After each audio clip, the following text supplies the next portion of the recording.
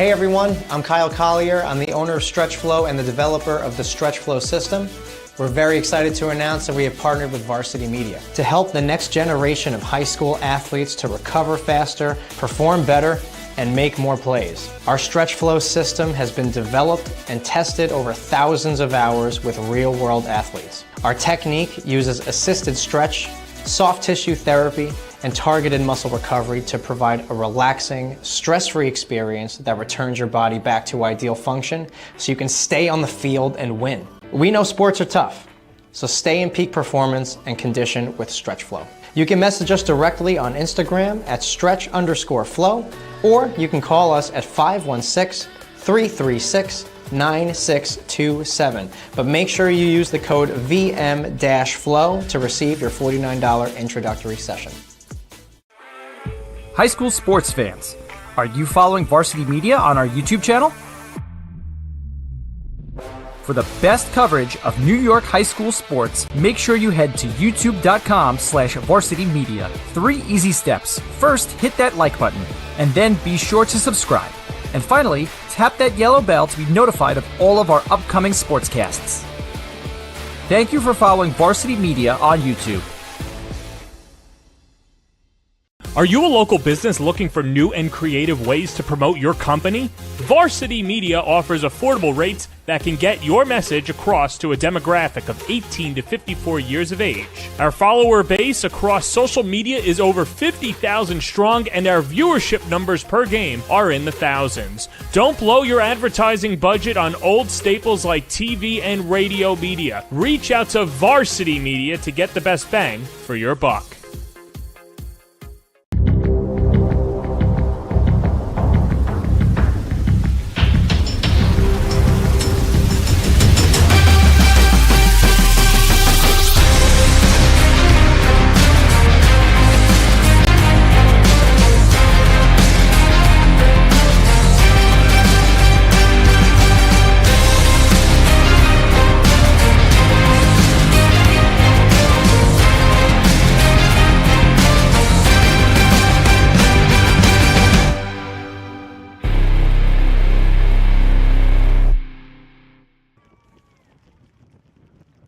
It's a wet and soggy Saturday afternoon in Suffolk County. We're here at Colts Nation. It's the Varsity Media Game of the Week as it's teaming outside, but 2 of the best teams in Suffolk 3 and 2 of the best quarterbacks on Long Island taking center stage. And oh yeah, it's homecoming. From Robert A. Collada Memorial Field in Melville, New York, the Sayville Golden Flashes take on the Hills West Colts. Today's game is sponsored by So Hoodie and Speed Island.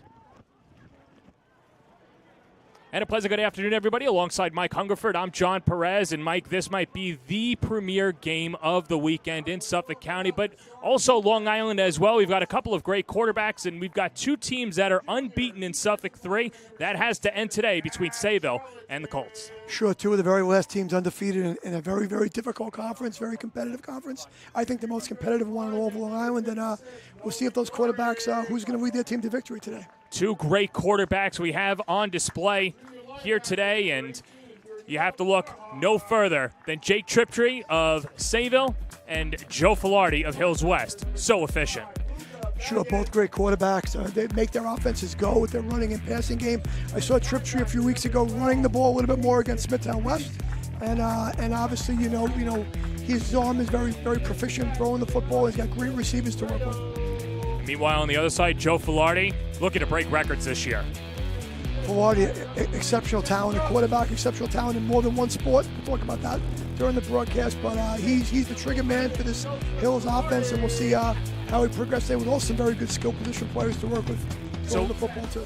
And we talked about those 2 quarterbacks. They might be stopped by the rain today. 59 degrees, 27-mile-per-hour winds, and it is teeming here. But with that said, they're going to have to rely on a few other players as well as we take a look at the key players. First for the visiting Golden Flash, and have no fear, Kyle Messina and Anthony Contaldi are here.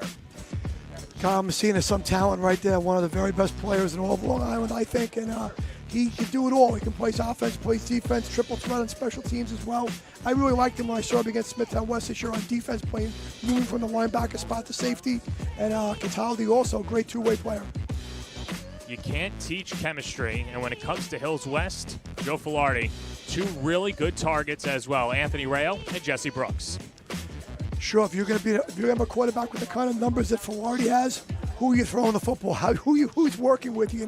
Can't throw it to people that can't catch it and run around with it and make plays. And Anthony Rayo and Jesse Brooks have had tremendous starts to their seasons. And Rayo, a great two-sport talent in football and lacrosse, and one of the top recruited players in the country at his position in lacrosse. And I couldn't imagine better guys to throw the ball. Too many better people to throw the ball to. So what does this game mean for the rest of the conference? Well, before we get there, let's take a look at our keys to the game. And with that said, this was said before the coaches knew that it was going to be pouring, but either way, I think it rings true. Sure, I think, we always got to protect the quarterback if you're Sayville and do a better job. I think they have to be a little more efficient in the passing game. We noticed that against Smithtown West. They're a little inefficient at times, a couple of interceptions, a few incompletions along the way. Obviously, you always have the ability to hand the ball to Messina, right? And if you're Hills West, you're definitely going to have to deal with the running game today, because I think with the weather conditions the way they are, Messina could be the tonic for Smithtown West, for Sayville with their offense. Looks like it's going to be a great one here as both teams are set to go. Sayville will start it off for Hills West. We'll start it off against Hills West. It is homecoming here in Melville, New York. It's raining. Joe Filardi's ready, as is Mr. Messina. It's a good one. Sayville and Hills West coming up next on the Varsity Media Sports Network.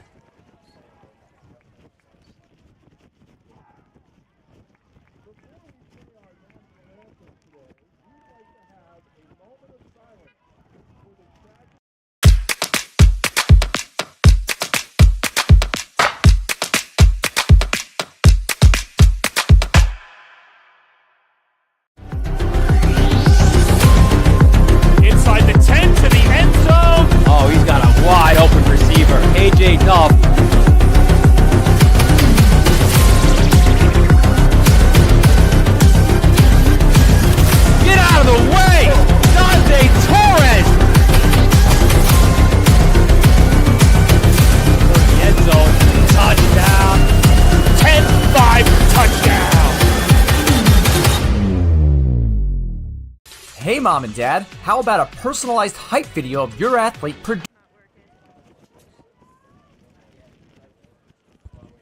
Sayville will start it off on offense here as it starts to pour and continues to pour, at least during game time. Alongside Mike Hungerford and the rest of our crew, I'm John Perez. Thank you so much for making us a part of your afternoon as Sayville will watch it go into the end zone, and the Golden Flashes take over at the 20-yard line. Well, definitely going to have to speak about the weather all game. We'll try and not make that the focal point and let the players in the game be the focal point, but it's certainly a contributing factor in everything that's going to happen here today. Especially for Jake Triptree. Gets the start at QB1. Look at this, only 3 incompletions this year. He'll pass 400 passing yards today and 5 TDs, and a big win over Smithtown West last week, in which Sayville won that one 28-7, and that score might not be indicative of the final result, Mike. It was a close game, and then Jake Triptree and the defense just took over for Sayville. Sure, great second half by Sayville against West, and West was up for the task, and the Sayville defense was ready to play that day. First give is to Kyle Messina, and Messina does what he does best, the gain of 5 on the first play. And let's take a look at the offense for Sayville, and had to have some movement on the line. Mikey Sands, normally their starting tight end. He gets moved over to right tackle, and that shifts over Michael Caparoso as well. Jackson Neugebauer, Nate Wyatt, and Landon Garrett on the line, with Anthony Contaldi, Noah Jabor, Dylan Kent, Luke Hansen, Mr. Messina, and Jake Triptree under center. Second down and 3, and the give on second down. Messina is stopped up front. And with that said, let's take a look at the Hills West defense coming off a 42-22 win over Amityville. Gurniel Parhar, along with Nolan Dory. Elijah Congolo, keep an eye on him, number 51 in red. Charlton Reish, Baggett, McLeese, Rayo, Brooks, Filardi, and red.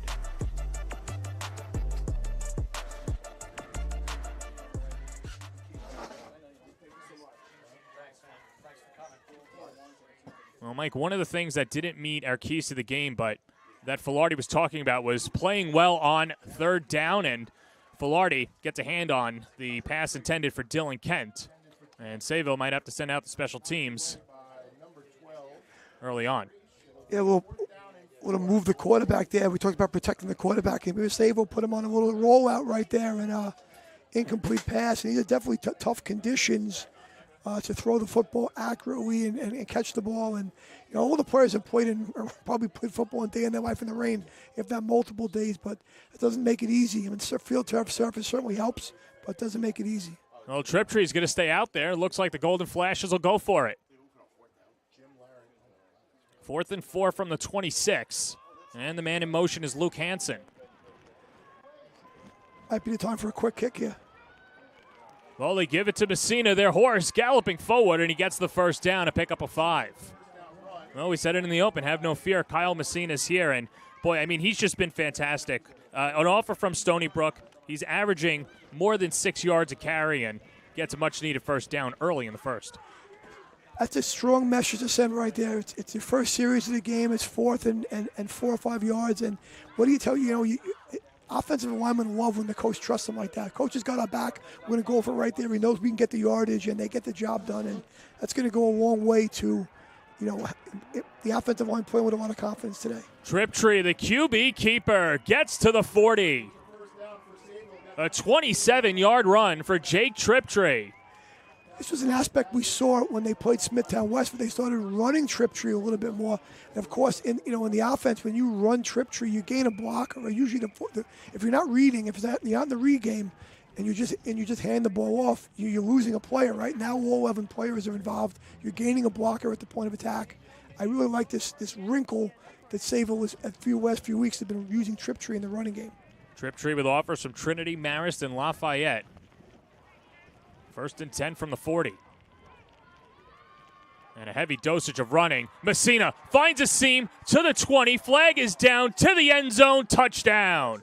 Kyle Messina from 40 yards out darts into the end zone, and this might come back. Looks like they came from the umpire there. The umpire there saw a hold. We'll move that one back. Mickey Kane is the referee today. George O'Hanlon, the umpire. Field judge is Jordan Grant. John Kiernan is the head linesman, and Bob Kahn is the back judge. And we talk about in all the broadcasts, in all levels of football, every game is officiated. There are the rules, obviously. We don't know what the rules are, but it's officiated, and what's allowed to go on is always a little bit different. It's human nature, human involvement in the game. So the players always have to figure out and see how the game progresses, what's going to be called and what's not going to be called, and you have to adjust your game according to how the referees and the white hat and the men in the stripes are going to call the game. And most referees will tell you there's holding on every play. It's just a matter of the degree. Sure, got to keep those hands inside. You can't make it look like, you can't make someone look like they're flailing and can't make it look so obvious all the time. So 1st and 10 from the 40 again. Sayville in the midst of a 14-game winning streak. Just what you need right there. If you Sayville on 2nd and 14, you give the ball to Messina, and you get 11. And exactly what Hills didn't want to have happen on 2nd down, right? You wanted to leave Sayville in a much longer yardage situation, because if they're willing to go for it on their own 27-yard line, they're certainly willing to go for it in 2 downs here. So Messina dropping 15 pounds over the offseason, spent a lot of time in the gym. And a flag is up and some movement in the trenches. Yep, there's Cadence right there. That long count, that hard count right there. Cadence is the offensive lineman's best weapon. Right? How do you calm down a defensive line rush if it's getting off the ball quick? Use Cadence and see if they're looking at the football or just listening to you. Talk about it all the time, right? See the football. Those defensive linemen are so close to the ball. See the ball move before you go. Sometimes easier said than done. And that's one thing that Triptree has gotten better at. Of course, when you win an LIC, how can you get much better? And that's exactly what he's done. Is that hard count as Messina continuing to get the lion's share and forces forward for another pair. It looks like some of the role that was filled by Mikey Sands, who moved to the offensive line, is now being done by, looks like Hansen is the move guy right there, and is kind of was the lead blocker on that play. And I really was very impressed by Sands when I saw him 2 weeks ago at Smithtown, and all the different facets he had in the offense, the different roles. Bit of that Swiss Army knife player, block, do all kinds of things, and it was very, very tough. 2nd down and 9. Under 7 minutes and rolling here in the first quarter as Sayville looks to strike first. They fake the give. Triptree up the middle, balancing forward, and has a first down. You can see that, John, the Sayville comes out in that double-double formation, that even two-receiver to a side formation. They motion Hansen across the formation into the backfield. It's like that sniffer, that H roll, and they use him as a lead blocker there. And they run the quarterback, and they gaining an extra blocker right there. 17-yard pickup for Jake Triptree. I like the scheme. I like the thought process by the Sayville coaches right now. You know, we know what Filardi brings on the other side for Hills West, and we were talking off air about how Sayville, they have the weapon of Kyle Messina, but if Triptree can run the ball with efficiency too, the Golden Flashes are going to be tough to stop. That man's also tough to stop as Messina nudges forward and might have enough for a first down.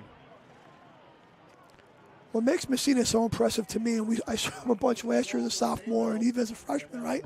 What makes him so impressive is obviously in the open field, he's very efficient running the football, and he makes guys miss in the open field.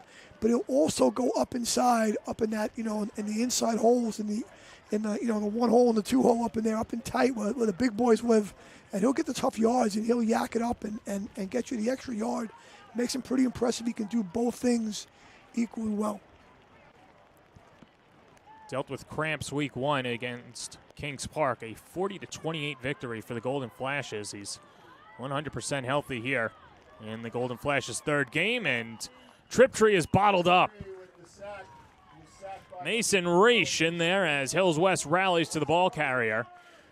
And a big stop on 2nd down for the Colts. Yeah, winning on first down is critical right there for the Hills defense. You have to put the Sayville guys in a longer yardage situation because throwing the football is definitely not going to be easy here. So, got to give them the longer running downs worth, especially so close to you defending your own goal line. And how about this too, Mike? 7 minutes plus of possession time for Sayville. Really not giving Hills West offense any opportunity. Daniel Hollahan's first give up the middle, shakes off a couple of defenders, gets it to the end zone, touchdown.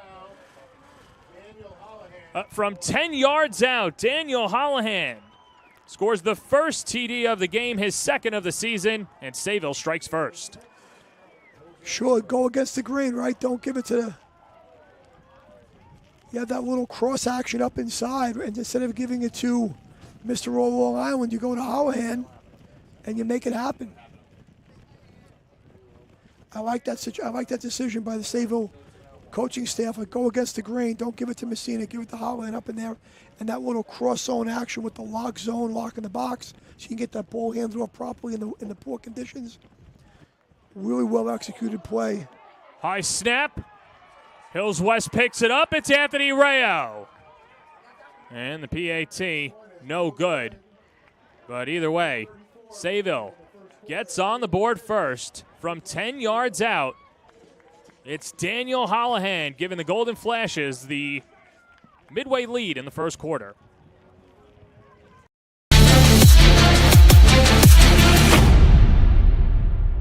Feel like your game film is too stagnant and not providing you with the insight that your coaches had hoped for?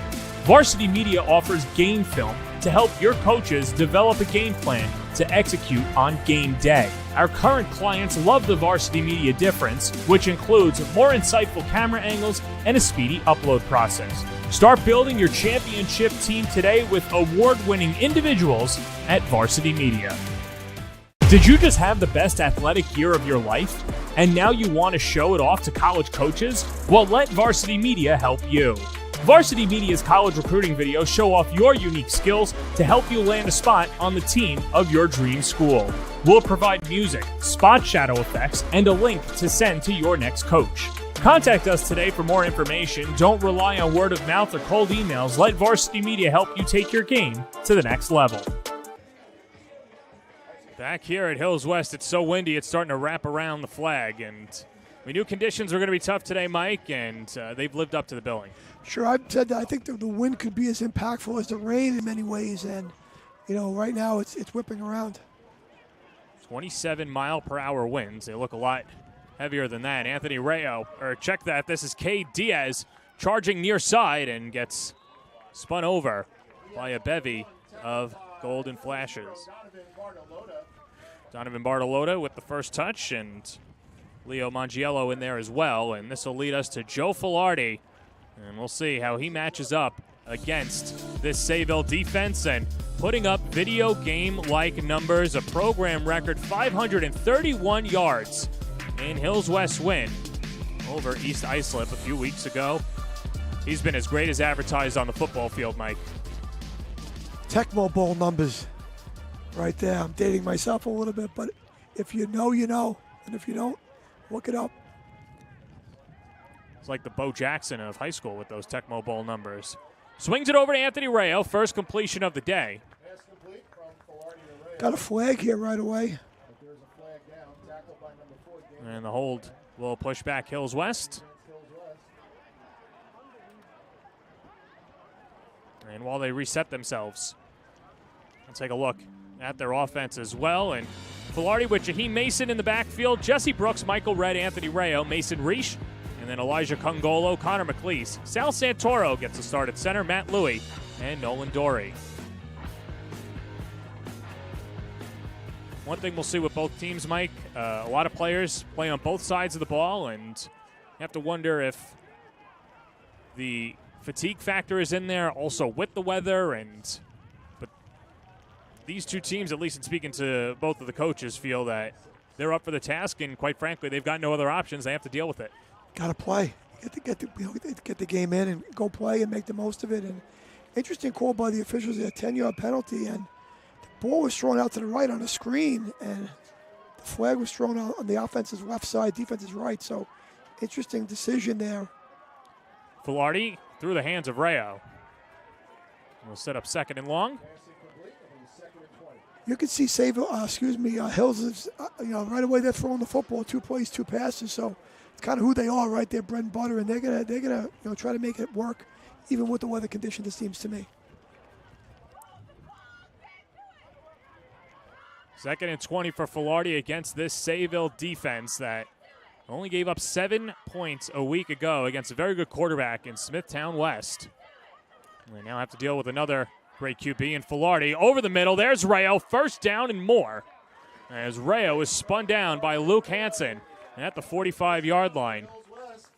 Yep, they get Rayo right up the seam there, and they get the safety was really deep on that side of the field in Hansen. His alignment was pretty deep. And you can see right there, they throw it up the seam in between the linebacker / strong safety was playing a little close to the box, and the deeper safety.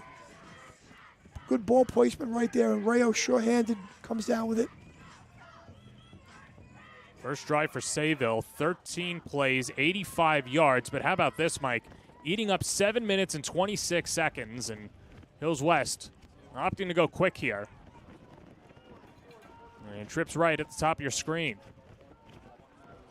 The handoff to Jaheim Mason gets bottled up. Jackson Neugebauer, one of those captains, wearing the number 56 for Sayville with the first touch and a takedown of Mason. I was really impressed with Sayville's run defense against Smithtown West. Their defense by nature is an odd front defense. More of a 3-4 type of a look, it seems like, but they can morph themselves into a 4-man line and play with that 4-2 box. And with Sands in there at linebacker, and they're tough to run the ball against. And Yuka Messina's in the box right now playing linebacker as well. Be interesting to see how Messina develops and how he projects at the next level. Filardi airs it out. He's got a man, but batted away. Good defensive play. That's Donovan Bartolota on the pass intended for Michael Redd. Well, it seems like early in the end, Messina was playing more of a safety role. And right now they've moved him back in the box, and he's playing linebacker right now. And There's Filardi, and you see on the hard count, and this is textbook defense here. A little back of the jersey defense maybe a little bit as well. That came out a little bit uncalled right there. Well, one of the things about Bartolotta is he's got speed, and that can make up if he does get beat, and somebody who is a fantastic athlete for Sayville and showing it off in the first quarter. 3rd and 10 from the 46. And Filardi rolls out. Pumps it far side, incomplete. Was trying to go for Rayo. And 4th down upcoming for the Colts. Good pressure right there. Coming pretty quickly. And Rayo's got a, looks like Zach Watson up front was bringing the heat right there, and he had to roll a little bit. Fouled up the timing of the play, and he's got to throw that ball away.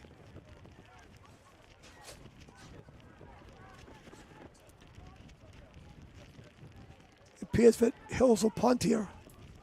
Work the field position game.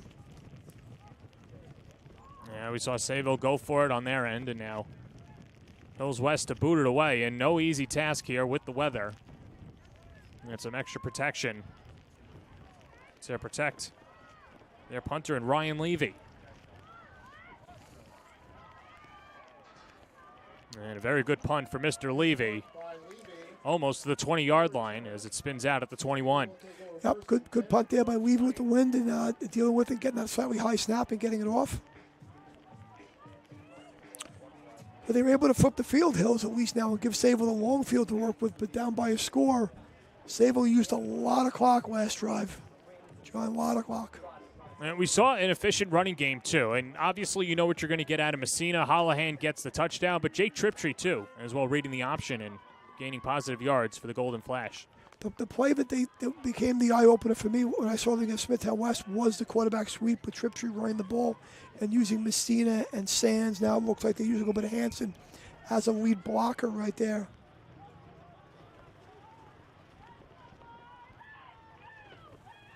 So Triptree on his second series calls his own number. Judge is ahead and brought down by Filardi. Little QB on QB action there.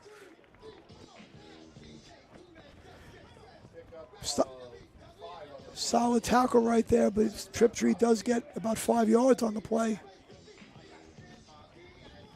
One of the things that's interesting, too, is you'll see some schools around Long Island not put their quarterback on defense. That's not the case for Hills West. In fact, their skill players are all over the secondary and expected to make big contributions, and Filardi, no stranger there, going against his opposite number. Sure, it's not always common to have your star quarterback playing on defense, but we're on Conference 3, a slightly smaller schools, and he is a great athlete, so put him in the game and let him play. Messina on the give and brought down. That was Connor McLeese. McLeese, one of those guys that's just not afraid of contact, and when you go up against Messina, another guy that's not afraid to shake and bake. That's a fun battle between those two. Solid play there by McLeese. So right now, this is a big down. I think it's a big down right now. It's getting towards the end of the first quarter, and you got Sayville in their own 25-yard line, 3rd and 5. Get off the field, see if you can get them to punt. Well, we saw Sayville go for it on 4th down on their last series, and in about similar territory as well. So they could be in 4-down territory again, especially with the lead. Here's Messina busting up the middle and close to that 1st down marker, and it should be 4th and short. He's going to be close.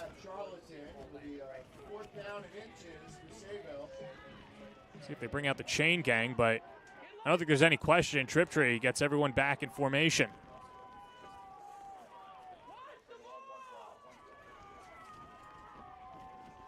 Sayville's going to go for it. Waning seconds of the first quarter to try and get Hills West offside, and it worked. Mike, that might have been the play design, and it works out for Sayville. Sure, you're certainly going to practice, practice during the week, short yard situations on multiple snap counts. And right there, they're going along with a hard count. And now it's the second time this quarter that Hills has offered up a 1st down to the Sayville offense. You don't need to help them. You don't want to help them too much. They're pretty proficient in their own right. Don't make it easier on them. You got to make it a little tougher. Sayville will let the clock wind down, as will we. The Golden Flashes looking to spoil homecoming here at Hills West. Lead it 6-0. You're watching the Varsity Media Game of the Week on the Varsity Media Sports Network. This is Solomon Thomas with the New York Jets, and you're watching Varsity Media.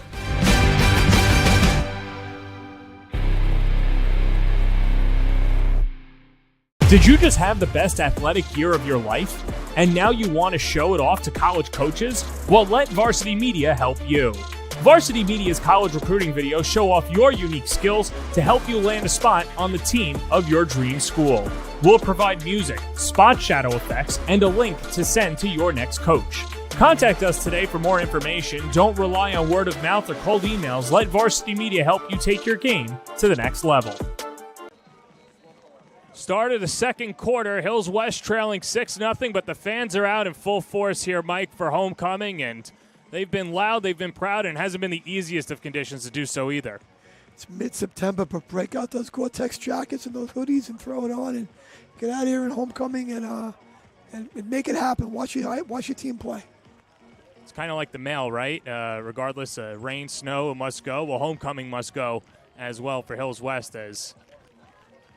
Sure, we're going to see. We haven't had a miscue yet with the ball handling and stuff, and I know both teams probably switching balls. You know, the game within the game, right, is to keep you switching of the balls and try to keep the ball fresh. The ball that's in the game right now looks pretty clean and pretty dry. Jake Triptree and the Golden Flashes offense flip the field, and they give it to Kyle Messina, and more of the same as Messina, another positive yardage. Gain of 6. Good tackle by Filardi coming up. Two of the best players in this conference, if not in Suffolk County. One-on-one right there, mano-a-mano. But we don't want, if you're the Hills West defensive coordinator, you don't want Filardi making too many of those. No, that's true. Had the hit on Triptree, and now Messina. Last week for Kyle, 17 rushing attempts for 125 yards and a TD. And they give to him again. And Messina's got a first down. Another pickup of 4, and boot comes out, but either way for Messina and for Sayville, this has been textbook. I think if you showed up today, whether you're watching on the stream or you're in the stands and you wanted to see Jake Triptree chuck it around, forget, the weather conditions aren't ideal, but you have that man, you have the running game, and you have the offensive line, and the offensive line is getting it done right now up front for Sayville.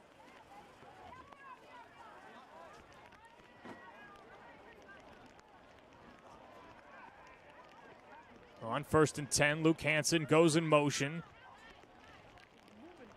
And on the play action, Triptree, nowhere to go, fires away, incomplete, and just got it off.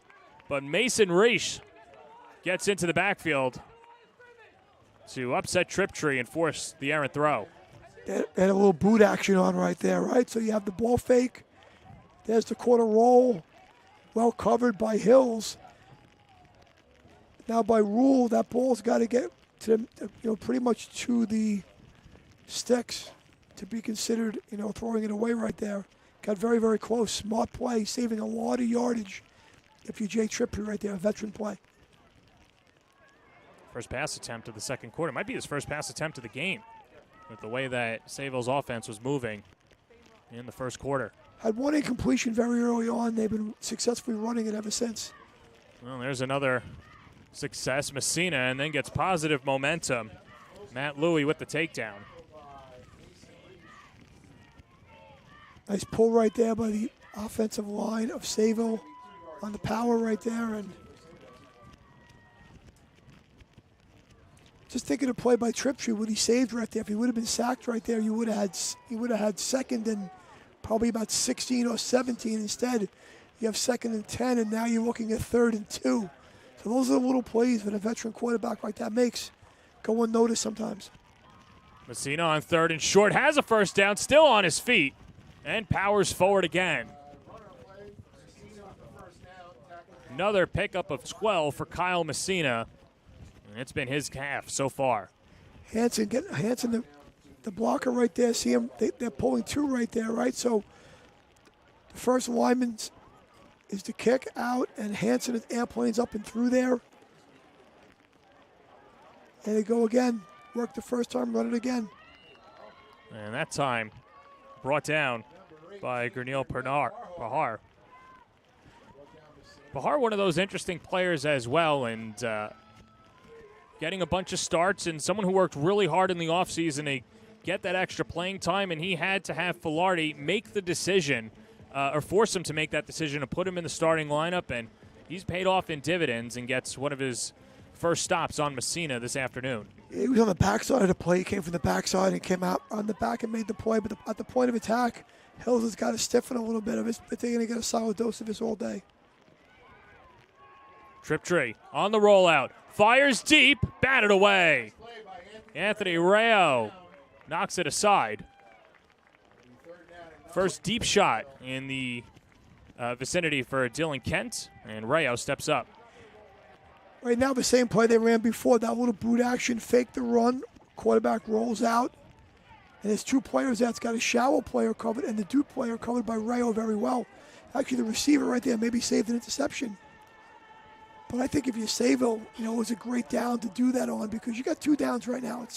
The ball is on the 33-yard line. You have two downs to get 9 yards. So I like slipping that little pass player in there, see if the Hills guys are playing it honest or not. 3rd and 9. Messina again, bouncing towards the outside, towards the first down, has it, and gets a couple more. Down at the 20, and a gain of 13. Great cut by Messina. Coming out the back there, you can see it here. There he goes. Just finds green grass, no defenders around, gets downhill.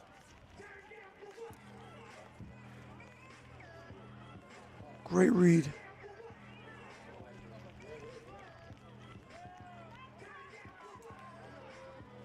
Offensive lineman's dream here. It's raining. We don't got a pass block. We're going to run block all day. We got a great running back behind us. Keep calling it, Coach. We're in. Oh, it's called for Triptree this time. Sweeps near side, and Filardi with the first touch, and Matt Louie with the finish. Good close and finish by Filardi. You can see why he's was one of the more highly recruited defensive players in the sport of lacrosse in his grade. And that's no problem. Everybody thinks, oh, he's a quarterback, right? Well, he's a pretty tough defenseman in the game of lacrosse, and comes downhill and makes those tackles with no problem. Well, we've got a lot to talk about, at least on the lacrosse side of things for these two teams. Plenty of talent here on Long Island. 2nd down and 5 as Hansen goes in motion.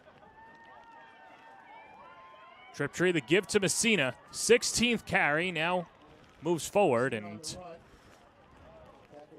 with that pickup, now at 99 rushing yards on the day.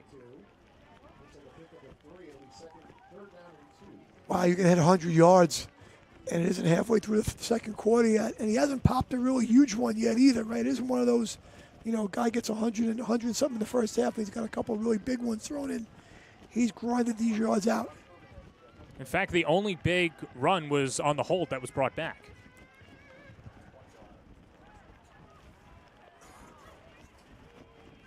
Third and 2 from the 12. Messina again. Grabbed by his ankles, and enough to get the first down and set up 1st and goal. They're getting just enough, but the previous down, they're getting more than enough per down to give them the short yardage situations, right? The Hills guys are battling and they're fighting, but on some of the early downs, they've given up some pretty favorable yardage for Sayville. You'll give them short yardage situations. Tough to play defense like that.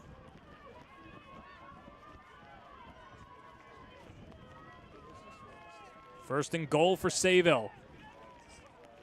Leading 6-0. Jake Triptree against the elements. He and Kyle Messina have done well thus far. Triptree shakes out of one tackle, but can't get past the second.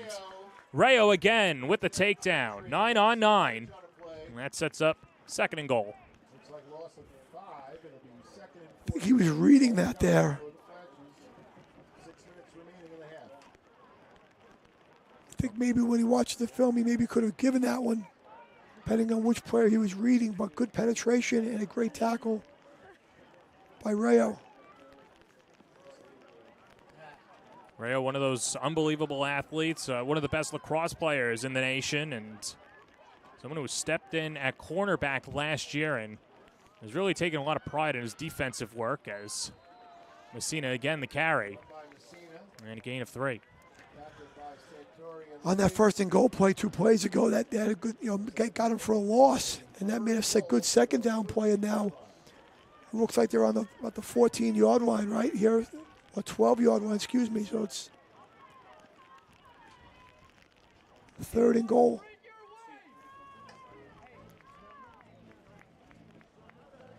Have to figure one of these next 2 plays would be a pass.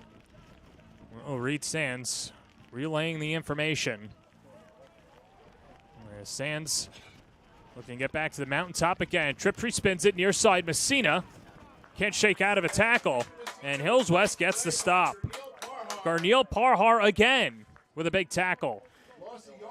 You can see the scheme right there was they motioned the man across the formation and ran him out in the route to try to take that flat defender away by motioning, Hansen away. But good run to the defense, good job by 18 getting to the football right there and not having that flat play affect his assignment.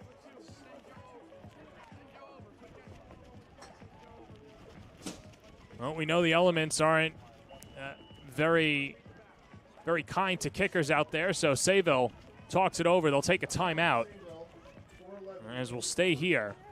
Sayville leading 6-0 in decision time, and with that said, coming up at the half, our very own Jared Veluzzi talks to Joe Filardi, and then look at the Varsity Media Top 10 halftime stats and the Cole House food review. I'll tell you what, one of the best seafood places, not just at Sayville, but all of Long Island. It's all coming up at halftime on the Varsity Media Sports Network.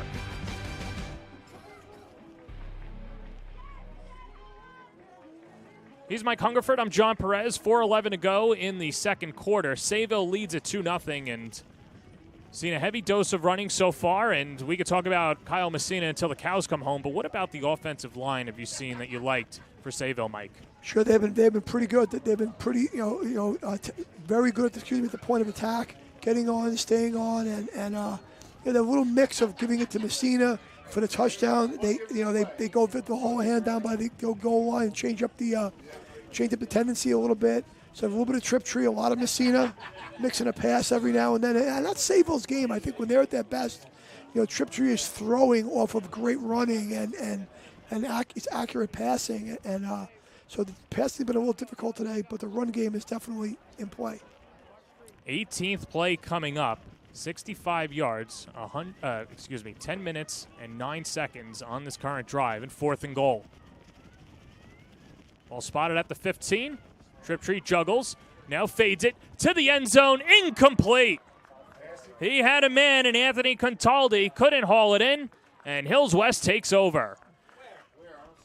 Really well thrown ball there by Triptree, but in these elements, not easy to catch, and good defense right there.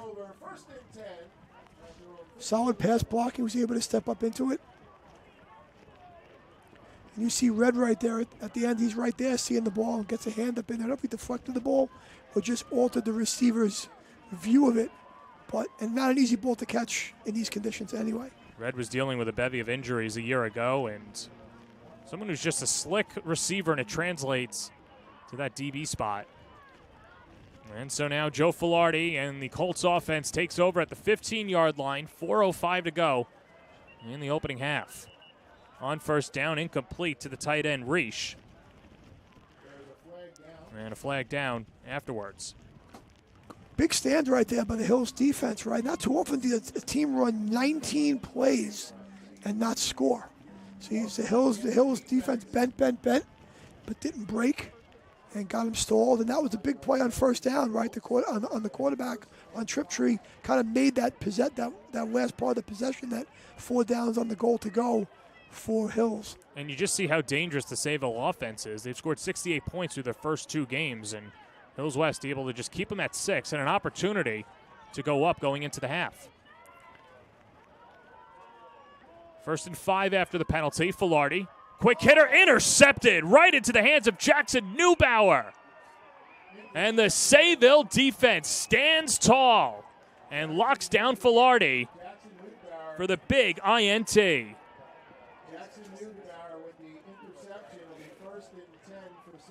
Mike, he read this like a book. 14-yard line. I think they were trying to run a bit of a stick route right there to Rayo, and Neugebauer just peeled off the line of scrimmage. I think he got in the way and read it and made the play. I don't think Filardi saw him dropping into the route. The Hills, they've been pretty consistent trying to throw the ball here, in the conditions.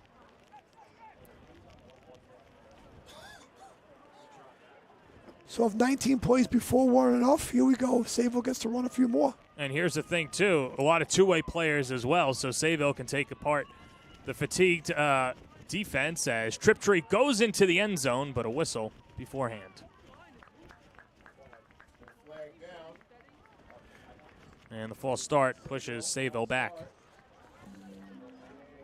Well, how about the day for Kyle Messina thus far? 18 rushes, 103 yards, and he's been a machine. Mr. Inside, Mr. Outside. He's going to grind it out and get the job done. That's why he's as good as he is at the running back position here on Long Island. But if you're Sayville, you were just down here, right? You had 4 cracks at it, on goal to go, and you couldn't get in. What you didn't need right there on first down was taking a false start penalty and losing 5 yards. You can get a first down here, without scoring, but you don't need that right now if that's what your offense is going to try to do. On 1st and 15, Triptree charges ahead. And a big pickup for Triptree. Close to that first down marker. And the running game is just working for whoever's wearing a Sayville uniform so far. Little quick draw right there for Triptree calling his own number. Pops that ball up there for a brief second and gets up in the hole. And talk about just fire blocking the man in front of you a little bit, right? And getting a push.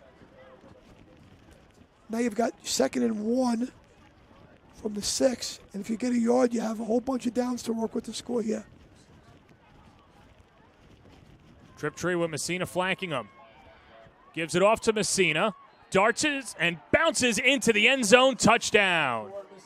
The only thing Messina was missing was a TD. Well, he finds the end zone. And Sayville takes advantage on the interception for the touchdown for Mr. Kyle Messina. He had 19 carries for over 100 yards without that one next to it, that one number meaning a TD. It looks better with the TD next to it. But you can see right here,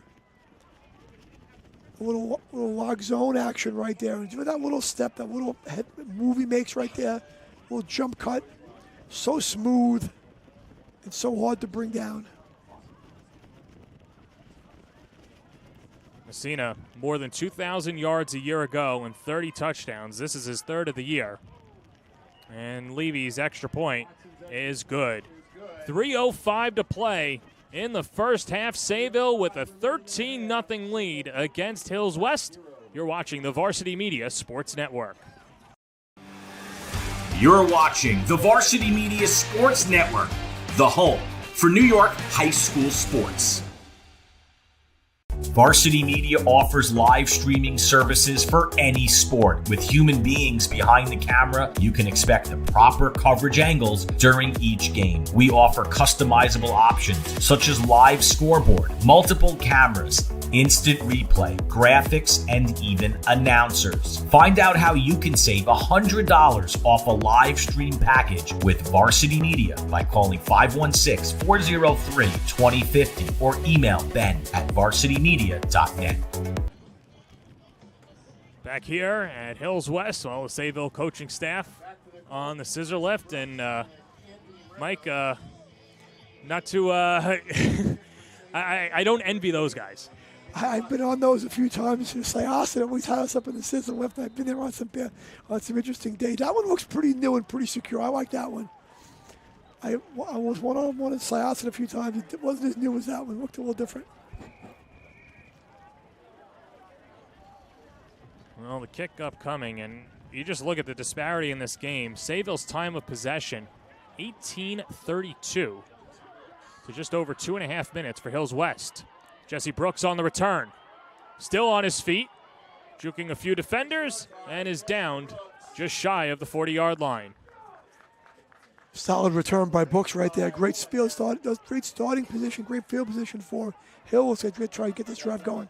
Well, Mike, with the win for East Islip, that means that just Sayville and Hills West are the two unbeatens in Division III. But just looking around at the scoreboard yesterday, Kings Park, big win over Amityville, 62-0. Comsawag, big win over Hauppauge as well as they go to 2-1. Harborfields and East Hampton locking horns right now, and Rocky Point against ESM.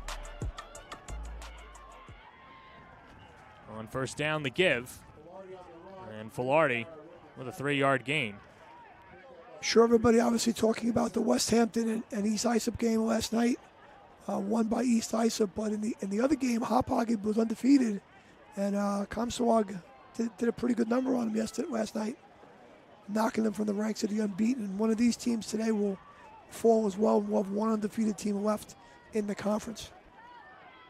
Well, Hills West looking to do something that they haven't done against Sayville in quite a few years, and that's knock them off. And Filardi charging forward, a gain of 5 before he's brought down by Zachary Watson. It's right there. Look like they faked the screen, they faked the bubble out there off the motion, and try to throw the ball to the single deep. But Filardi saw he was covered right there. Good coverage downfield by Sayville, and he pulled that ball down. It looked like Bartolotto was in coverage out there and had him well defended, and he pulled it down and ran a little bit and gave him a very manageable 3rd and 4 to work with. And you desperately need a first down if you have Hills. And remember, Hills West deferred off the coin toss, so they'll get the ball back. As Filardi on 3rd down, couple of flags and some movement.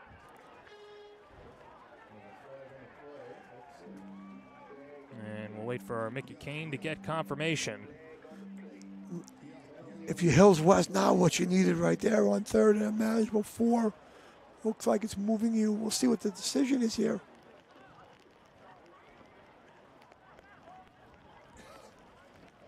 Brings in John Kiernan and Jordan Grant. I stand corrected. It's just what you needed. You needed a first down, and that 5-yard penalty gets it for you right there, the offsides. I didn't really see a lot of movement from the West defense. I was kind of wondering, generally if you miss a line and you don't have men on the line of scrimmage, that the play will play out, and then the flag will be thrown and it'll be after the play. So Hills right now with 1:25 and running. See if they can get something going here before halftime. Got all 3 of their timeouts remaining as well. As Rayo goes in motion. Filardi fakes right, shakes left. Still on his feet. Tries to hoist it and fires it into the Sayville bench. They brought Rayo across the formation there, and they tried to get him the ball in the flat, and he was covered. He looked to his secondary receiver. So he's Filardi, very coached and polished at the quarterback spot, looking off one receiver, looking to another. And he certainly doesn't want to throw the ball in an ill-advised play right now. He's pretty conservative, which I think is pretty smart. The last thing you need to do is have another turnover right now and give Sayville a chance at more points before halftime.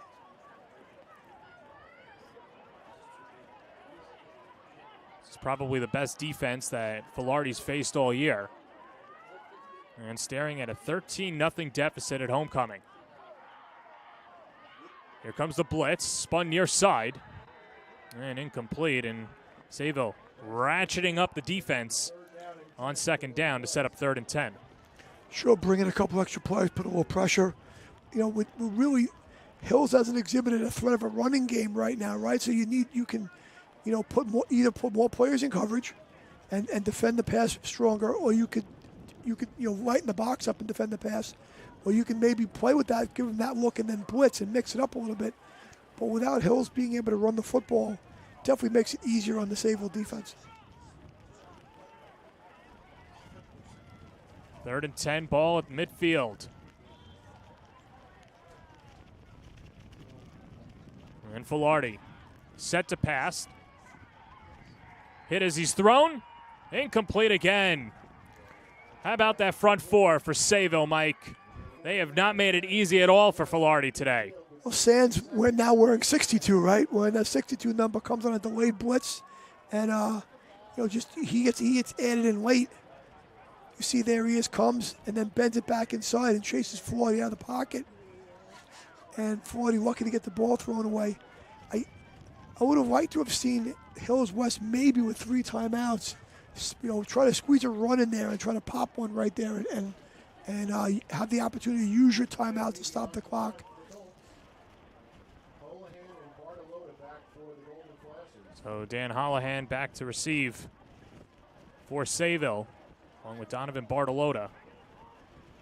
And we've seen a little too much of Ryan Levy so far, but a timeout before the punt as Hills West will talk it over.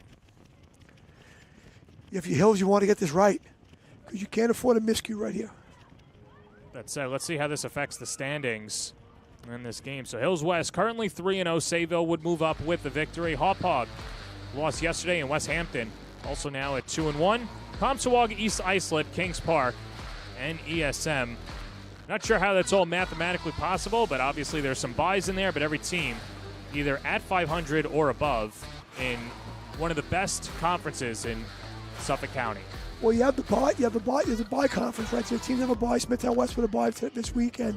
So you don't really know what the PowerPoints. They're not going to be completely accurate with teams having, a bye mixed into the very, very last game. You could do a little, armchair prognosticating a little bit, looking at the points a little bit, but that weird science known as the PowerPoints will shake out later. But Smithtown West not group right now. They have 1 and 2, but they're going to be in the mix before it's over. But it's going to shake out. I think if Sayville wins today, they're going to be atop the standings. Clearly, is the only undefeated team. Ryan Levy, short punt. Takes a Colts bounce. And Rayo downs it just in front of the 20-yard line. Great decision by the Sayville return. Don't touch it. Just let it go. You're up 13-0. Don't do anything that could give the Hills West guys an opportunity to have any success before halftime. Well, and Mike, I'd have to imagine here with their running game, Sayville will just continue to run, but maybe just a run and a knee go into the half up 13-0, feeling good about yourself and make some adjustments going into the second. I don't know.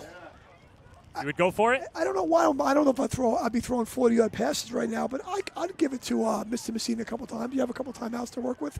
See what he can do. Well, Sayville gave it to Hills West last year, winning 41-7. Messina with 231 yards on the ground and 4 TDs. Certainly on his way to that yard mark as Triptree takes it himself and shuffles ahead. The pickup of 5. Where they motion a player across the formation to give it a blocker there. They use the backs to block, and they give the ball to the quarterback. So it's maximum blocking there for Sayville at the point of attack.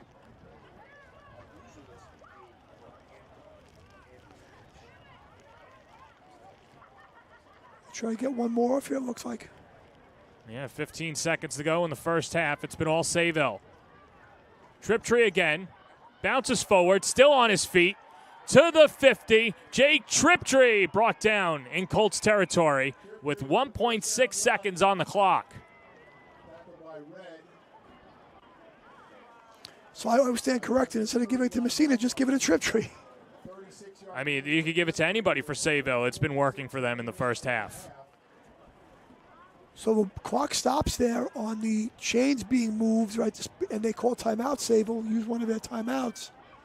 It gives them 1.6 seconds to try something. Well, while we have that timeout, let's take a look at the slate.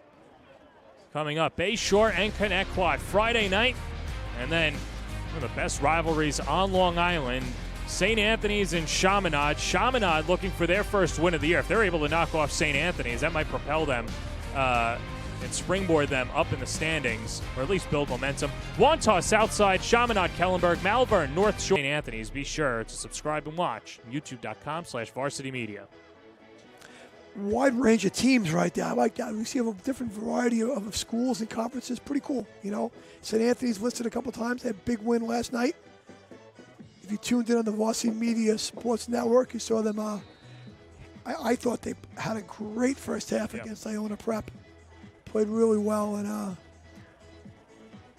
the coming out party of Gary Merrill continues, right? Gary Merrill. Danowski was in attendance, too, the head coach at Duke. And, KJ Duff probably had one of the best catches of the year, picking it up off the carpet as St. Anthony's. If you were worried about them after the loss to Del Barton, I don't think you have to worry anymore. Let's see one last play for Sayville. 1.6 seconds remaining in the first half, and Triptree receives the pass. Looks to air it out, flushed out of the pocket. Dumps over ahead, and he's got an open man in Kent. And Dylan Kent wrestled down as the half goes to an end. It's been all Sayville here on the Varsity Media Sports Network. The Golden Flashes with a 13-0 lead. Halftime here on the Varsity Media Sports Network.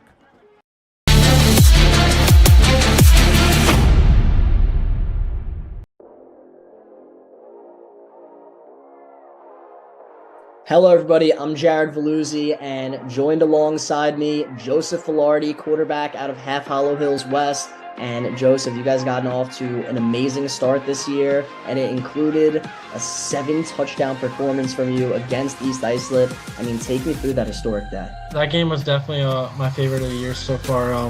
We circled that game on the schedule week 2, just knowing we have to prove ourselves this season and get that win. One thing I also noticed, I mean, I think this literally just happened now.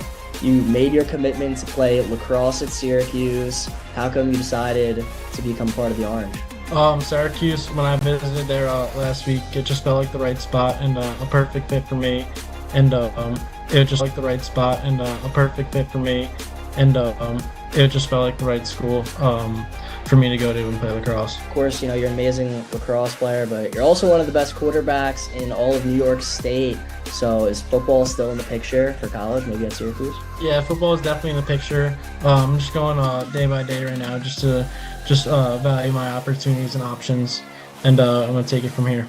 Yeah, and, you know, so far you guys are 3-0, and you actually play for your dad, Gerald Filardi. I mean, what's it like playing for your father and having all the success so far? Playing for my dad is definitely great. I mean, it's hard sometimes. Like, he gets on me and just pushes me to be the best guy I could be and player.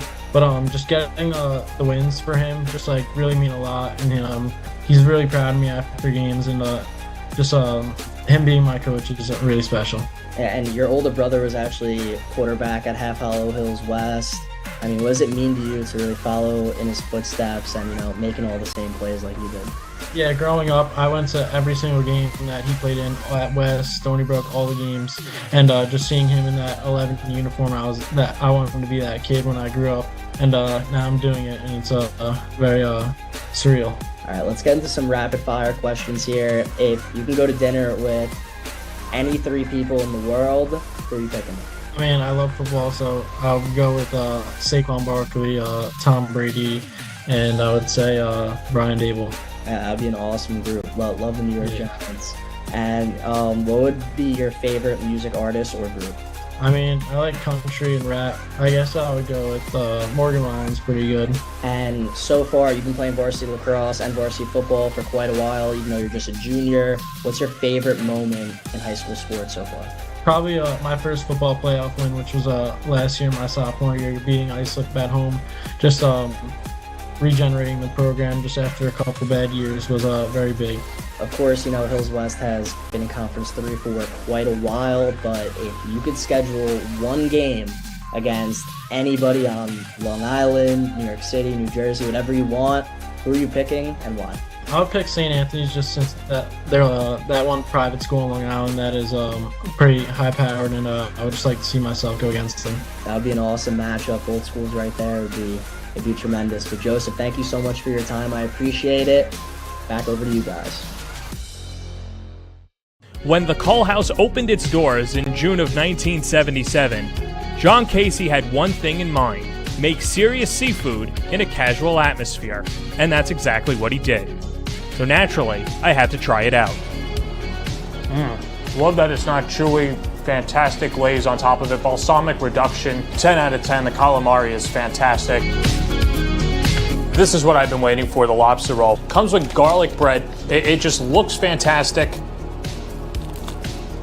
The garlic bread is a nice subtle compliment to the lobster. It's fresh. You can tell it's not store-bought, not frozen. Caught this morning, in my belly this afternoon. What more can you want? One of the specialty entrees, the cedar plank whiskey salmon. It's roasted cedar plank salmon, Kentucky bourbon glaze over a nice hot piece of wood. Gives you that blue collar feeling with a 5-star taste. It's fantastic. Next, we have the crab meat jumbo stuffed shrimp. It looks fantastic on top of the beurre blanc. Next up, Baja Cod beer battered tacos with guacamole, citrus slaw, and a Baja sauce. I can't wait for this one. Up next, the broiled fisherman's platter, and where can you go wrong? Shrimp, base scallops, crab cake, baked clams, and filet. Oh my.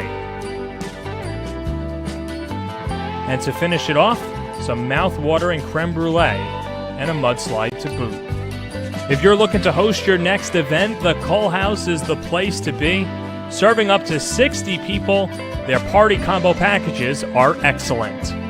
The Cole House is located at 75 Terry Street in Sayville, New York. Be sure to check it out today.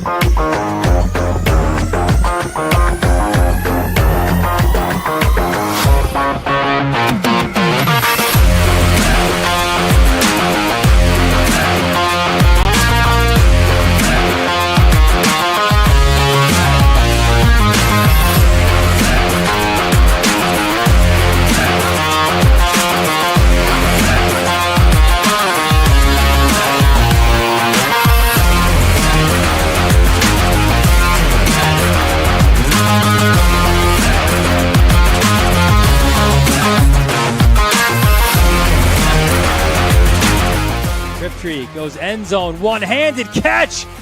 Luke Hansen. What a grab.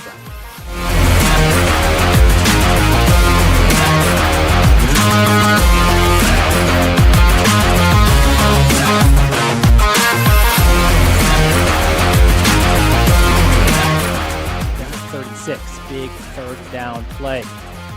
The first down. He leapfrogs his way in. Look at KJ Duff! And the exclamation point.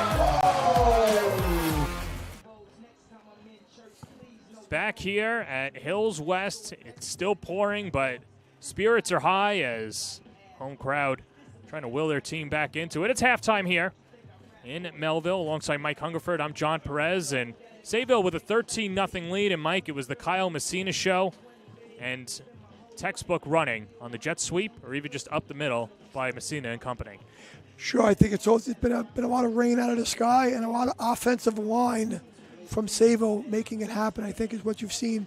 The dominant on the offensive line, getting a lot of good push at the point of attack, and doing a really good job opening up the holes for Messina and Triptree along the way, and really dominating the half that way. All right, well, let's talk about Hills West, right? They are trailing 13-0, should get the ball back to start the second half. And, if you're Coach Filardi, I'll have you put your coaching hat on.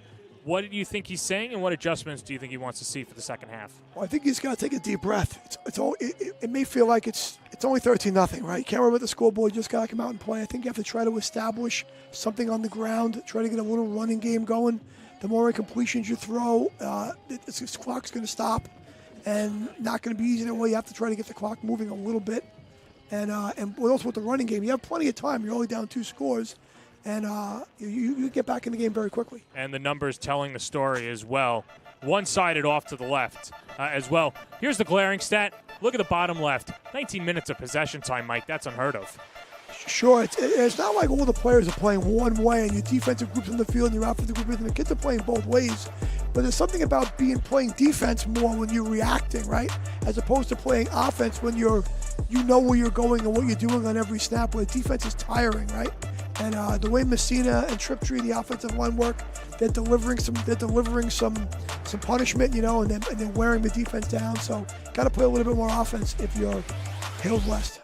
Yeah, we'll take a look at Messina in the first half. 19 rushes, 108 yards, and the touchdown. And here's one of them for Sayville, as this gave the Golden Flashes a 13-0 lead. And, they look so unimposing, and then they get the ball and, like lightning, just strike.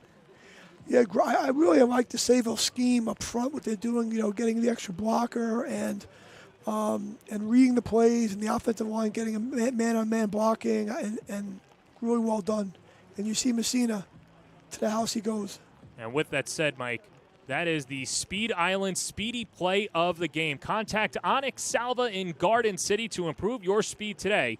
Book an appointment at www.speedislandny.com.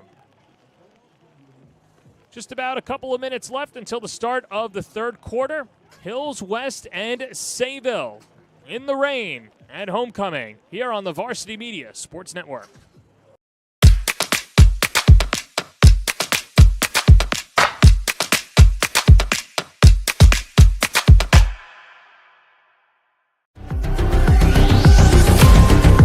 Inside the 10 to the end zone. Oh, he's got a wide open receiver. AJ Duff.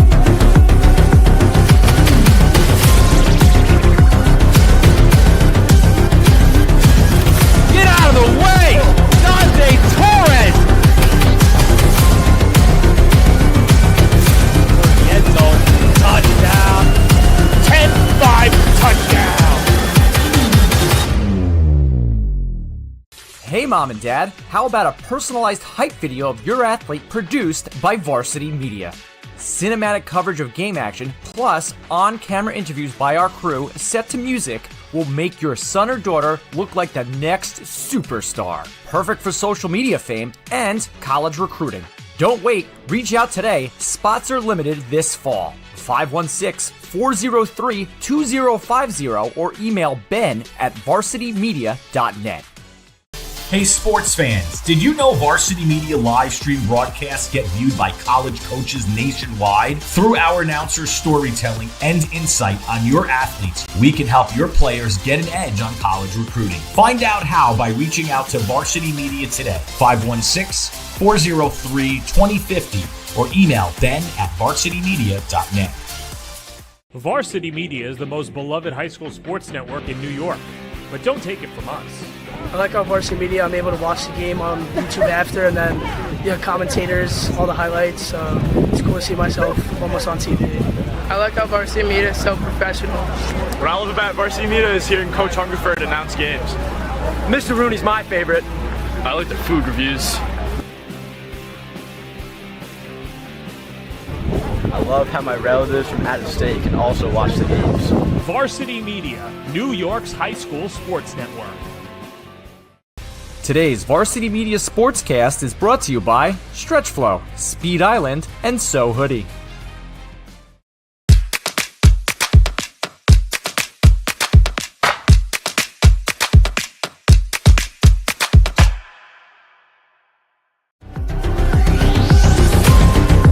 Inside the 10 to the end zone. Oh, he's got a wide open receiver. AJ Duff.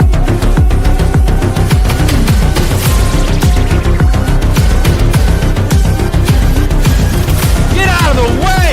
Dante Torres! End zone. Touchdown. 10-5 touchdown. Hey Mom and Dad, how about a personalized hype video of your athlete produced by Varsity Media? Cinematic coverage of game action, plus on-camera interviews by our crew set to music will make your son or daughter look like the next superstar. Perfect for social media fame and college recruiting. Don't wait. Reach out today. Spots are limited this fall. 516-403-2050 or email ben@varsitymedia.net. Hey sports fans, did you know Varsity Media live stream broadcasts get viewed by college coaches nationwide? Through our announcers' storytelling and insight on your athletes, we can help your players get an edge on college recruiting. Find out how by reaching out to Varsity Media today, 516-403-2050, or email ben@varsitymedia.net. Varsity Media is the most beloved high school sports network in New York, but don't take it from us. I like how Varsity Media, I'm able to watch the game on YouTube after, and then commentators, all the highlights. It's cool to see myself almost on TV. I like how Varsity Media is so professional. What I love about Varsity Media is hearing Coach Hungerford announce games. Mr. Rooney's my favorite. I like the food reviews. I love how my relatives from out of state can also watch the games. Varsity Media, New York's high school sports network. Still halftime here in Melville, a 13-0 lead for Sayville. Here on the Varsity Media Sports Network, and Jake Triptree in the first half. How about this? We knew he wasn't going to get it done with his arm, not because the skill wasn't there, but because of the weather. But it's fine. He could just use his legs and is averaging 9 yards a carry. Yeah, I think this has been a great addition to the Sayville arsenal this year, is the willingness of the Sayville coaching staff to call Jake Triptree's number in the run game, and not as a result of read plays, just designed quarterback runs, quarterback sweeps, and those type of plays, where you're giving him the ball and you're determined to give him the ball. And I think it's been a great addition to their offense. This might be the most obvious question, and we'll get to Messina as well. But, Mike, when you've got guys that last year go perfect, they win an LIC, and now they're back for their senior years, how much confidence does that give you for these upstart teams like Hills West and going against anybody else as you see the numbers on Messina? Sure, I mean, you just got to hope the players are confident and they understand what they get it done. And we're not too confident, not overconfident, right? And you can always lose a game. You can always get tripped up. You can always not be at your best. Get your mind's not right. Get your mind right for every game because you only play 8 times, right? But when you have veteran guys who've done it before, and your program's in a great place like Sayville's is, and you have great culture, you want to do it again, right? Because you did it when you were juniors, but that wasn't always your team. That was the seniors team, right? Now this is your team. You have a senior year, this is your team, and you want that. You want your name on that. And I think that's really, really important. And you just keep leading and keep winning. And how many can Messina win? Right? He's going to keep trying to keep winning them. It's one thing, right? And it's one thing to win one. It's just a matter of winning that second one. Something that so few teams are able to do, especially in Conference 3, when you've got some of the best teams in Suffolk County and a juggernaut in Plain Edge on the other side. Sure, it's not easy, and people mistake that. They think winning's hard. It's easier there's many ways to lose a football game. Winning is not easy. Obviously, having talent, you can't win without some talented players and some great coaching to go along with it. But you need the talent, but when you have that talent and you have great coaching and you have great culture, and the kids are committed to it, you're going to be very successful. Still waiting for the teams to come out to the field, but if you are a soccer fan, be sure to tune in Wednesday night, Oceanside and Syosset from Syosset. That game starting at 6:30 p.m. under the lights. That's Syosset, and a young Syosset team that has a ton of talent. And it's all coming up on the Varsity Media Sports Network. And as we look ahead as well, here's the slate for next week. Bayshore takes on Connecticut Friday night. St. Anthony Chaminade Saturday afternoon. And how about this? Wantagh Southside. That's going to be a fun one. Always a good rivalry. As well as Chaminade Kellenberg, Malvern North Shore, Monsignor Farrell taking on the Friars of St. Anthony's. Yeah, Southside's had one of the best teams they've had in many years. Tremendous number of seniors at Southside, and Wantagh is always fun to watch.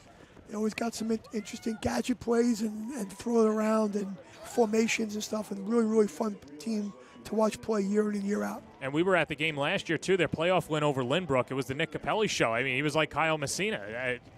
Finishing for more than 200 yards and had himself a day as Wantagh moved on. And with that said, After today, Hills West will move on as well as we look at their schedule. They'll take on ESM next week on the road. Then against Kings Park, Smithtown West. That'll be on the Varsity Media Sports Network. And then how about this? At West Hampton. 2 big games to end the season, Mike, for seeding purposes and for Hills West. Looking to get a victory here against Sayville, build momentum, but does not get easy for the Colts the last 2 weeks of the season. Sure, they'll be the favorite. No disrespect to anybody on the schedule. They'll be the favorite the next 2 weeks. And then the last 2 weeks, if they get out there, they're going to be dogfights. Because, I mean, you know, going to West Hampton is no easy task. And Smithtown West, you know, already with 2 losses, but they're going to be a tough team to beat with great quarterback play, Shock Memorial receiver and DB, and they're going to be a tough out. You know, they're going to be a tough out. Very impressed by Mallory. We saw him at the Elite 5 camp last spring, and now seeing what he's able to do at Smithtown West. Well, you talk about Hills West being the favorite over the next couple of games. Sayville's going to be the favorite in every game this year as you look at their upcoming schedule. East Islip next week, that's always a good one. ESM, West Hampton, can't wait for that one on October 14th. Comsawag and Harborfield to Sayville. With a win today would extend their winning streak to 15 games and looking to run the table again and capture another Long Island championship. I don't think Coach Sands would argue when you're Sayville High School, you're everyone's big game. The kids know that everyone's going to give you their best effort. Every single team is going to give you their best effort, and they're going to be tough to out. You have to beat them, right? So you have to win that game every week, and everyone's going to give you their best effort. So for them to keep winning the way they are, they'll keep showing up and give the ball to Kyle Messina and throw it around with Jake Triptree is a pretty good starting point. With the win, with the win for Sayville today, that would extend their winning streak to 15 games, and it'd be the 5th straight year they start off 3-0 as still about a couple minutes left till the start of the second half, and Sayville with a 13-0 lead. We'll take a break here on the Varsity Media Sports Network. You're watching the Varsity Media Sports Network, the home for New York high school sports. Varsity Media offers live streaming services for any sport. With human beings behind the camera, you can expect the proper coverage angles during each game. We offer customizable options such as live scoreboard, multiple cameras, instant replay, graphics, and even announcers. Find out how you can save $100 off a live stream package with Varsity Media by calling 516-403-2050 or email ben@varsitymedia.net. Did you know Varsity Media now offers action photography for all sporting events? Available for individuals or teams, we'll send dedicated photographers down to field level to capture your best moments. Our rates are affordable and our photos will leave you with lasting memories for a lifetime. Contact us today, mention this ad, and get $25 off your first order. Email ben@varsitymedia.net or call 516-403-2050. You're watching the Varsity Media Sports Network, the home for New York high school sports.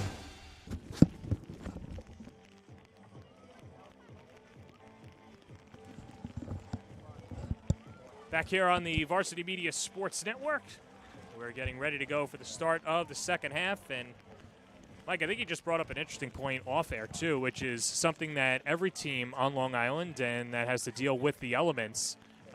It's just an unfortunate reality that halftime comes, you're soaking wet, you go inside, you don't change your uniform, then you go back outside and you're miserable again. Sure, and if the team is losing, is trailing in the game, if you're losing and you're still behind, there's a little bit more misery mixed in with being wet and cold. And but it's a big first possession here for Hills West to try to get back in this game, and you know it's going to be a long half. I'm not saying you have to score on this possession, but I think you have to move the football enough that if you give the ball back to Sayville, you flip the field and giving them a really long field to work with. Well, Mike, you could make the argument that this is a must-score possession for Hills West, considering that Sayville held the ball for 19 minutes in the first half, and they don't show any indication of not feeding the ball to Kyle Messina and the rest of the running game. Sure, it's Messina and Triptree, and you know I think They may throw the ball a couple more times, mix a pass in here and there, and Hills, is going to try to dedicate as many plays as they can in the box to stop the run game. But you got to be careful because that play action will get mixed in, and you don't want to give a huge play up because you're not defending it correctly. Jesse Brooks off the hop, spans the field, and sets up Hills West at the 35-yard line. Well, as Joe Filardi goes back out there, a tough first half, 2 for 8 for only 20 yards. And that's probably a stat that will be an anomaly this year for the amount of throws that he's going to get, and conditions being a big factor, obviously, but this Sayville defense has come to play. Sayville's been great. The last 2 games, the second half, especially against Smithtown West, in this first half, very, very difficult to move the ball and score on.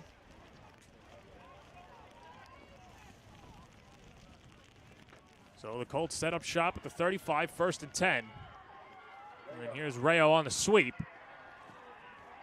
And a pickup of 4 for Anthony Rayo, and a flag afterwards. And perhaps some extra words after Anthony Cataldi in there saying his piece, exchanging what could be holiday plans. Trying to find ways to get Rayo the ball in space, right, and get him freed up. And great job scraping to the football, running to the football. If you save getting off blocks, and if you Hills, every time a team tries to run those perimeter plays, drawing screens or quick screens or jet sweeps and things like that, perimeter blocking is really important, and you got to get on and stay on. And not that time by Hills. And great job by Sayville getting to the football. Look, they have a personal foul. It was unsportsmanlike that helps Hills West move up the field. I think what happened was when he got up off a rail, he kind of pushed him, I guess, or whatever. If you're saying he pushed him a little bit, and that's what caused you to have to do that. Filardi flips it far side and overshoots his target in Rayo.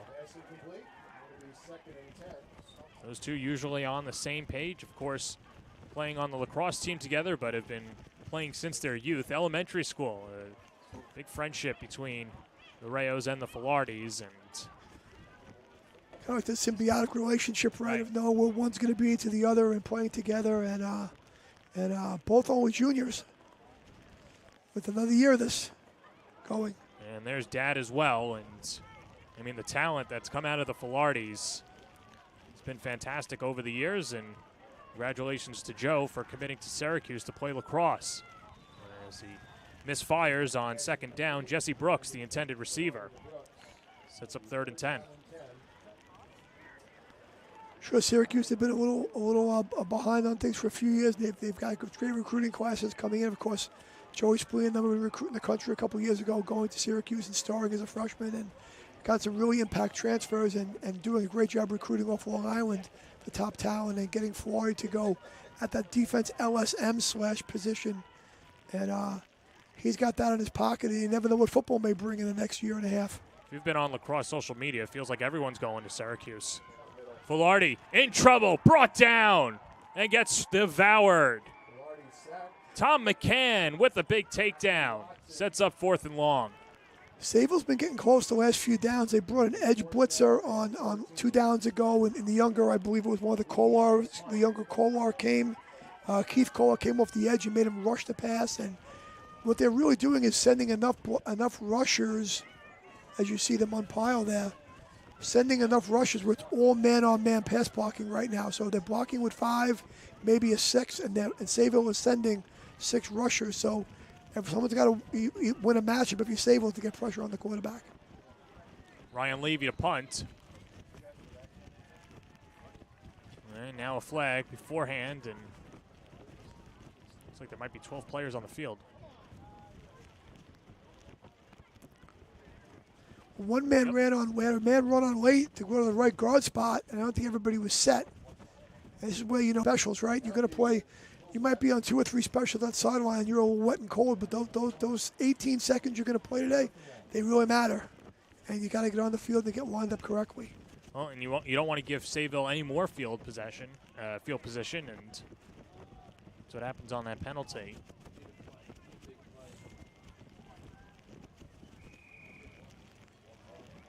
So 4th and 18. As As Ryan Levy, the junior, to punt. Good snap. This takes a Sayville bounce and is downed by Mason Reish at the 43-yard line. That was a getaway situation for Sayville. Don't go in there and let it hit and bounce. It bounced back in Sayville's favor, and they have great starting field position for their drive here on the 43-yard line. Leading by 2 scores. I think you're going to see a pretty steady diet of Messina and Triptree running the football here. Well, and let's not forget that the first touchdown by Dan Holohan as well from 10 yards out. Break the script. Yeah. Break the scouting report a little bit if you Sayville. First and 10 from the 43, Messina. Darting ahead on first down across midfield. Gets a couple of blocks. This could be a big one. Messina towards the end zone, still on his feet. Touchdown. Kyle Messina from 57 yards out breaks it open for the Golden Flashes. That is the Messina special right there. That's exactly what he does. He jumps through someone's arms, runs through a couple tacklers, and then cuts it back. You can see great block at the point of attack by the left tackle right there. Landon Garrett, big Landon Garrett. And then he cuts it all the way back. That great vision that he has. So this won't be a possession that lasts more than 30 seconds, or at least 19 minutes like we saw in the first half, but Sayville will take the result as Messina picks up his second touchdown of the day. And a chance to put Sayville up 20-0 on the road. And a whistle before the snap. Perhaps the only thing that Sayville hasn't been really exceptional at today is the extra point. Had one blocked and a couple little problem with the operation here. We'll see what's going on. Yeah, one was the snap that went through the hands of Pat Cohn. They did call offsides here on Hills. So move it a little closer. What's that, like 2 feet? Not much more. Referees are looking over to see if the Sayville guys were going to run the offense back on and try to run it in for 2 here, but they'll take the extra point, take the 1. Nicholas Watson, high snap. Cohn gets it down. And Watson drills it. And a 20-0 lead for Sayville. Well, we knew that this would be a game that featured 2 prominent quarterbacks in Triptree and Filardi. Well, let's see how it stacks up in Long Island history as well. And Jack Cohn owning the record, of course, out of Sayville. A lot of Sayville on this lick. Jack Cheshire. And you've got Mike Prahalis from Comac back in the day, Joe Capobianco. Now, Filardi came into this game with 1,150 yards. If Hills West was to go all the way to the Long Island Championship, he would have to throw for an average of 260 yards per game. So Cohn is attainable, at least, but certainly not easy to do. And when you've got weather like this, Mike, not easy as well. That's why these players are so special. Sure, absolutely. And those guys were true gunslingers and played in great spread offenses. We had excellent receivers to work with. Of course, Cohn, the most famous of them all in terms of the ability to play at the highest level of college football. And Filardi, right now today, our numbers are taking a pretty big hit, but I think for a player like him was taking a bigger hit is maybe not getting the win here today, right? Numbers and scores are wonderful, but he's a competitor and he wants to win.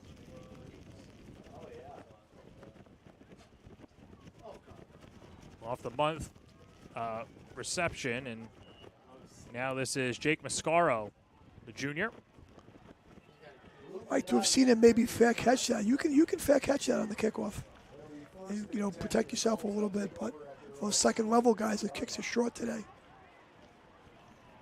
Well, it just goes to show how slippery the football is as well. We were talking about this beforehand, Mike, too. And when the weather reports come in, and you were a coach too, I have to imagine both teams are practicing with a wet ball, different scenarios, but there's no way to replicate these conditions during the week. Sure, I know it's time people might bring out a wet ball to throw around with the quarterback, get used to it, or things of that nature. And also have a plan for how many balls you're going to bring to the game, dry balls, how you're going to rotate the balls. Obviously, each team is playing offense with their football, right? So How many of those you're going to rotate in for the quarterback comfortable with which balls he's using.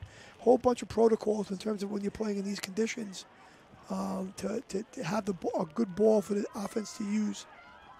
Filardi on first down, incomplete towards Rayo.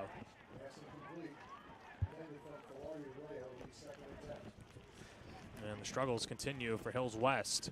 These are really, really tough conditions. And we mentioned about the snap going through the quarterback, they hold his hands. But that's going to happen in these conditions, especially if you're on the sidelines and trying to keep your hands warm. And it's not easy. The pitch and catch is not easy. And Hills is kind of seems to be living in and succeeding through the passing game. And just haven't been able to get it going here today with the weather.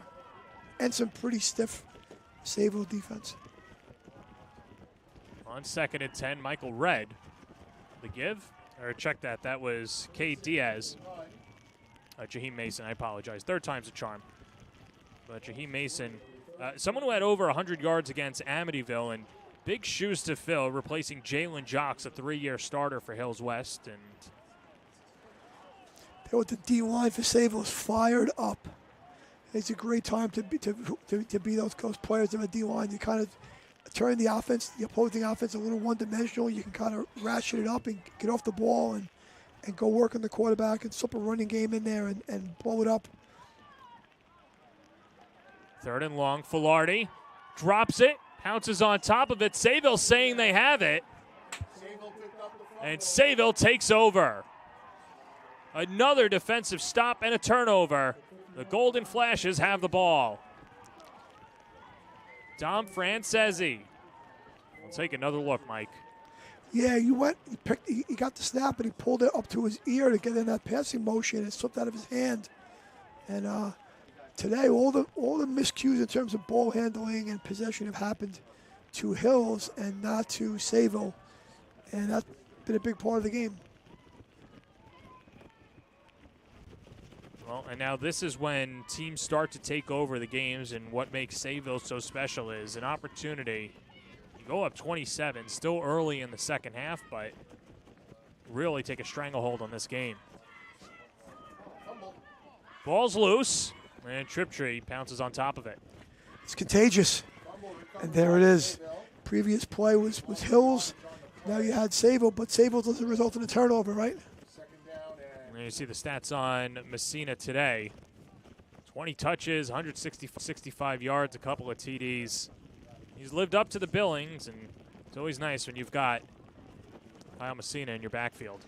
Eventually he's going to pop a big one. He did on the previous possession, scoring on the big run of his first run of his second half for Sayville, stretching their lead here. So the loss after the fumble was 6. There's Triptree on 2nd and 16. And the give to Holohan. Had the first score of the day. And nudges forward for 5.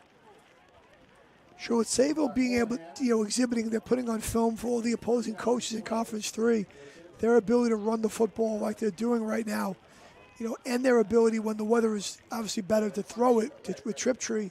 Really a multifaceted offense, run, pass, and will be very difficult for defensive coordinators to get a handle on. I always say you got to stop another team's running game first, and make them one-dimensional. But that's easier said than done with this offensive line, who are all first-year starters and seem to be improving with every game. And, of course, with Kyle Messina in the backfield. That's Jackson Neugebauer up front. Another high snap. Triptree falls on top of it. With Elijah Congolo in pursuit. So a couple maybe little breaks here for Hills. John, and midway through the second quarter here a little bit. Hills has the players, but they're only a play away from getting a touchdown at any given moment, so from scoring. So maybe get one of them freed up and you score, you get back in this game. And plenty of time as well. If Reed Sands opting to keep his offense out on the field. And, hey, no lose situation here, right? Like you said, if Sayville can get a first down, that's gravy. If not, then you push back Hills West. It's kind of like a punt. Triptree. And a pickup of 7 for Triptree. Same run from Triptree you saw earlier. That's two backs in the backfield, one to his right, one to his left. Lead blocking for him, and he takes the ball up in there. Off that quarterback, zone, lead insert kind of play. And it would be a good play if it wasn't fourth down, but take the safe play, right? Give Hills the long field, keep the ball safe in your quarterback's hands, and let your defense go back to work. Well, the offense heads out to the field for Hills West, and first time that Filardi's facing adversity this season. He's made the first 3 games, like you said, look like Tecmo Bowl. And now trying to dig his team out of a 20-point hole, almost midway through the third quarter. Quick pass, and it's caught in the flat. That's Michael Red. That's just really an extension of a running play right there. If you're Hills, right, you just throw it quick out there and try to get what you can get yardage-wise. Get about 4 yards, like an extended running play, really, for extension of the running game for Hills. Gain of 5 for Red. Someone who's had a touchdown in every game this season thus far.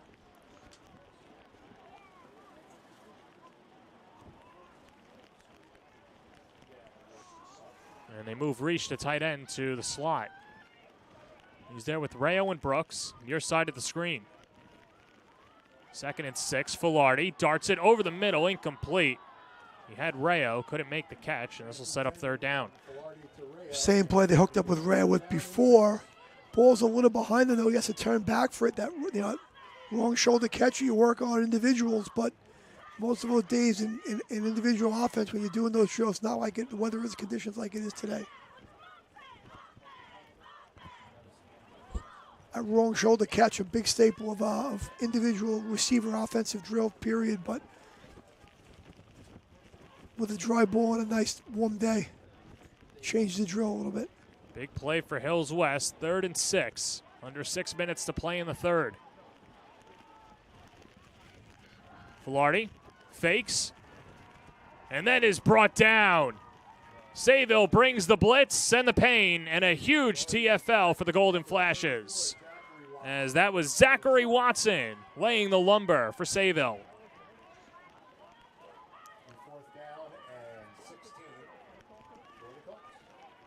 I think he was trying to maybe throw it to Ray on the sit down the stick route, but he couldn't get it to him, and then the play broke down. And the D line for Sayville gets the sack. And so Hills West has to punt again. Definitely a frustrating day for the Hills offense, because this isn't the offense they've been running for been successful the past few weeks. But the weather conditions obviously playing a huge role in it, but also some very, very good defense from Sayville. Punt is spotted at the 41-yard line. Rayo stamps it down. And Sayville comes back onto the field. I think one advantage that Sayville has in this conference, other than good coaching and good players, is that because they throw the football enough, they have a good passing offense. Their players in practice, can practice against a passing game all the time, and that gives them, when they see another team that throws the ball as much as Hills does, a confidence to be able to go in there and defend the pass. If you're on a team that maybe doesn't throw the ball particularly well, and you look at the film of the Hills offense, you can become pretty intimidated by that passing game. But Sayville, they've seen it before. Triptree on 1st down. And Messina off the rush. Bounces forward. And a big pickup of 6. There's the formula right there. 5-yard, almost 6-yard run for Messina. 2nd and 4. Couple downs to work with.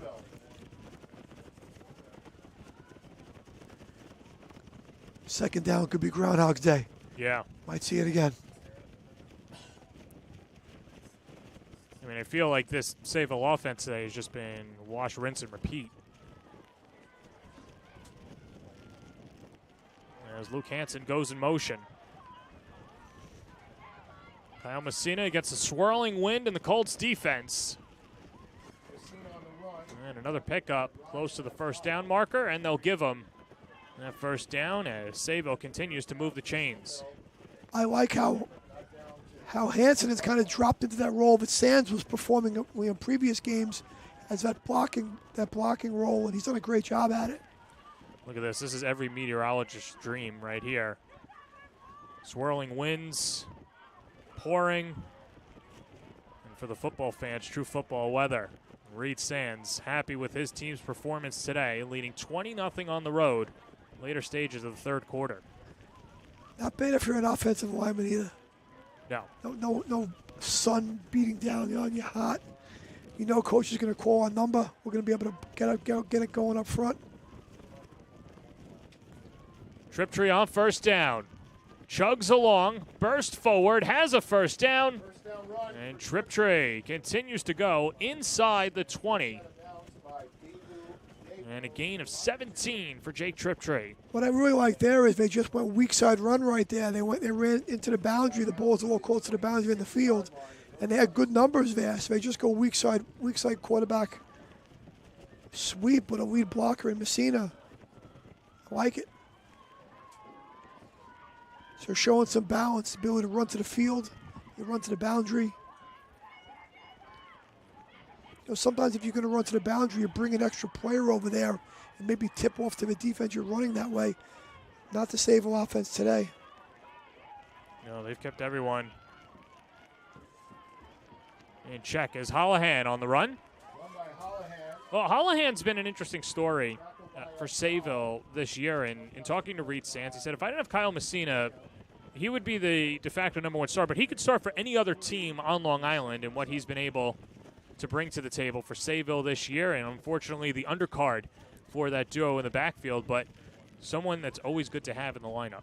And I love the fact he's in the game willing to block for Messina, and Messina blocks for him when they're in there together, and he's a good change of pace and a good second runner, and they give him some carries here.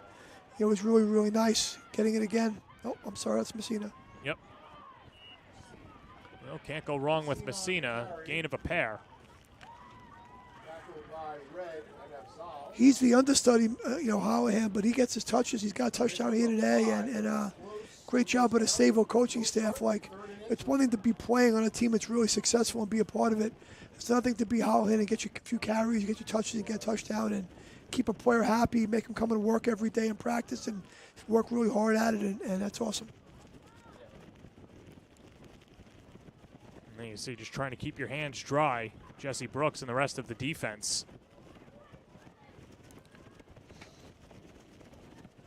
Game the senior certainly won't forget for numerous reasons. Messina has another one. What a day for Kyle Messina. He's got the hat trick, his third TD of the day. Sayville leads at 26-0 on the road.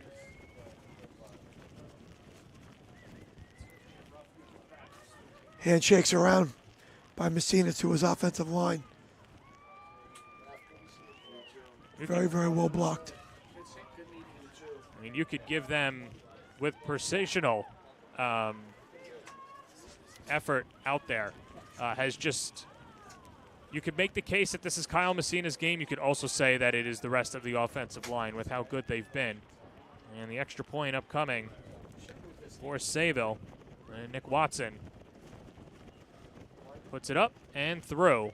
And Sayville with a 27-0 lead here on the Varsity Media Sports Network. And coming up this November, Varsity Media will be streaming all Nassau County semifinal and championship football games in the fall. So if you are watching this game in your championship, you see Garden City in the photo. Plenty of teams. It's wide open in Nassau, right? Massapequa, Farmingdale, Garden City, Southsaw, Wansaw, all the way up and down Malvern, North Shore. Apparently Glen Cove is on the radar as well. It's all wide open in Nassau, and we'll have those semifinals and finals action here on the Varsity Media Sports Network. Did you hear that? Suffolk County, that's Varsity Media knocking on the door. Let's go. Let's go. So, Mike, it's been a while since Hills West knocked off Sayville, and the last time that happened was 2018. So this is what was happening in 2018 as you take a look. So the Billboard Top 100 song, I know it's on your playlist, God's Plan. Best Picture, Shape of Water. How about this? The Price of Gas, $2.79. Pete Davidson. That was the biggest story. And Ariana Grande engaged and disengaged. And how about that? Celebrating your 27th birthday in 2018. And Mike, you haven't aged a bit. That's not actually true because that means I have to keep working for a long time, and that won't be happening. So, but sign me up for the $2.79 gas. Sign me up for that right now. Oh, yeah. And we were complaining about that then. Yeah, you and me both. As this is Cade Diaz on the return. As Hills West will set up shop, trailing 27-0 at home and looking for a comeback here at homecoming. This is starting to become the times of the game that make football different than every other game. Makes it a unique sport. Is that Hills is going to need something special to happen to get back in this game. Good tackle right there. Once again, we called his name a little while ago by.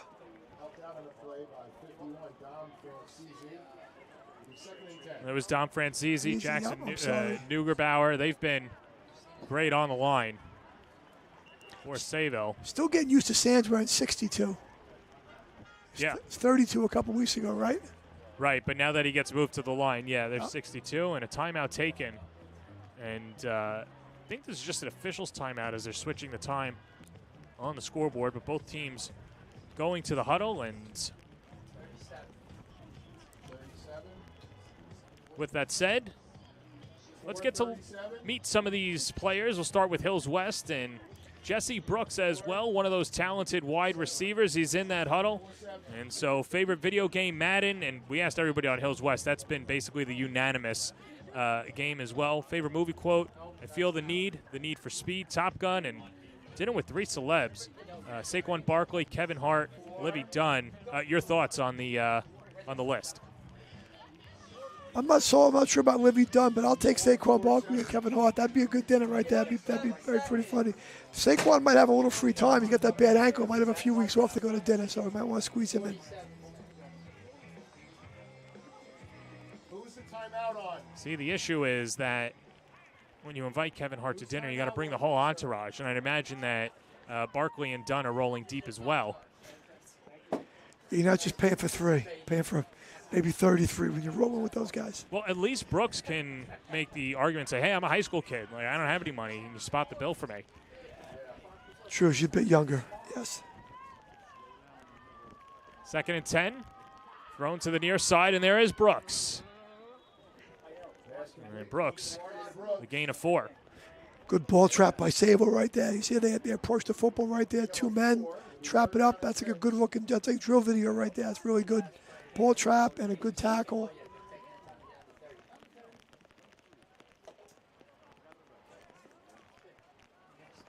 So under 30 seconds to go, and Hills West not looking like they're in a hurry, but Sayville will take a timeout. Timeout, Sayville. Sayville will talk it over on defense. And so we got to meet one of the Colts. Let's meet one of the Golden Flashes, and we'll go over their wide receiver DB, Anthony Contaldi. Celebrity doppelganger. I think this is spot on. Jimmy Garoppolo. I mean, he looks just like him. And then one meal for the rest of his life, chicken cutlets. And I like this this dinner a little better. Adam Sandler, Julio Jones, and Michael Jordan. Not too bad. But spot on, right? With Jimmy G? That's a very good Garoppolo lookalike right there. I thought very highly of Cataldi last week when I saw him play against Smithtown. The game was a little different than it is tonight. A little bit some of the action in the game, but I was very impressed by his play on both sides of the ball. A solid high school football player. Taldi, a Wesleyan commit, had some hamstring problems over the summer, but is healthy now and playing a big part in Sayville's offense. Seems like these are the guys Sayville just keeps rolling out. You know, we talk about the quarterbacks all the time and Messina, but they keep rolling out these other skill position players. They all look alike. You know, when their uniforms, right, just a different guy. Who's this guy? And there's another player, you know, who just comes out and is really, really sound. Both sides of the ball, skilled with the football in his hand, and makes the offense click. So now we're ready to go. 3rd and 6 from the 45, and Filardi out of the gun on 3rd down, is immediately rushed, has to roll out, keeps it himself, and Filardi has enough for a first down across midfield, and sachets out of bounds.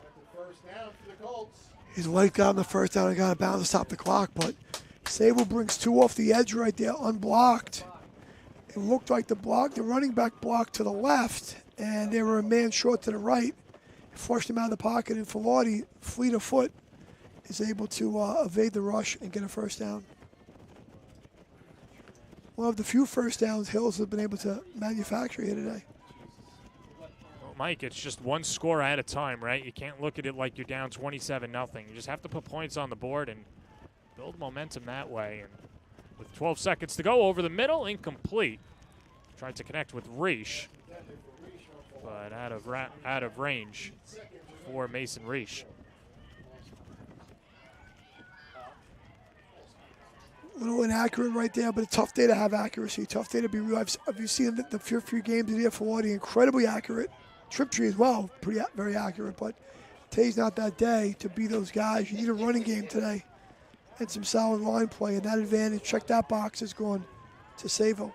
Well, and I think that's a big reason why Sayville's been able to be at the top of the class in Suffolk 3 as well. Yes, you've got Jack Cheshire, Jack Cohn, but they've had some really good running backs over the years too, and that's what wins in the playoffs as Jesse Brooks picks up the first down. Well, to your point, John, the five players on the offensive line are all first-year starters. Right. Most of the time when you graduate 5 starting offensive linemen, there's growing pains, and they're only a few games in, and they look like they're at the midseason form. And it helps to have Messina and the other players as well, but they seem to have figured it out pretty quickly, and those are 5 first-year starters playing their third or fourth game together is pretty impressive. 3 quarters in the books. Sayville leads at 27-0 here in Melville on the Varsity Media Sports Network. You're watching the Varsity Media Sports Network, the home for New York high school sports. Hey sports fans, did you know Varsity Media live stream broadcasts get viewed by college coaches nationwide? Through our announcers' storytelling and insight on your athletes, we can help your players get an edge on college recruiting. Find out how by reaching out to Varsity Media today, 516-403-2050, or email ben@varsitymedia.net. When it comes to advertising, are you hitting the right audience? Why waste your time with television or a free print publication that's given out at a local deli? Varsity Media has your back. With a following of over 50,000 and a local demographic ranging between the ages of 18 and 54 years old, it's time to get that return on investment. Plus, here's the best part. Your ad lives forever on our YouTube page. And with a large on-demand audience, it's a grand slam to advertise with Varsity Media. Fourth quarter coming up here at Hills West High School in Melville. And the Colts with the ball, 1st and 10 on the 38. As Joe Filardi calls his own number and charges forward for a gain of 4. As Kyle Messina makes the tackle, and first time we're saying his name on defense, and it's been his day thus far. 3 touchdowns for the Sayville halfback, along with Dan Holohan, and they're pitching a shutout against probably the best quarterback on Long Island. She's doing a good job. By the numbers so far this year, Florida's had a great season to start the year and very productive. And they are pitching the shutout right now. Hills, the little drive going here, though. Filardi snaps it, far side, Reish. And a first down for Mason Reish.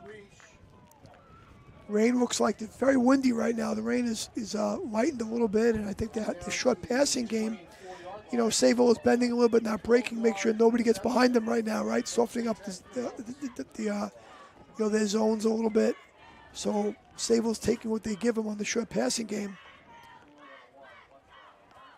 Both of these teams dealing with the elements of Coastal Storm Ophelia. There's Hills West. On 1st and 10 from the 24. Slung near side, and Reish couldn't make the catch. Contaldi with some extra contact. Run that quick slant. As Contaldi again making the play. How about this for Hills West offense and their high-powered offense? Only 60 yards of total offense, just averaging 1 yard per play. Sure, not many games you can win, especially in this conference, playing with that kind of offense, and a lot of it has to do with the very sound Sayville defense.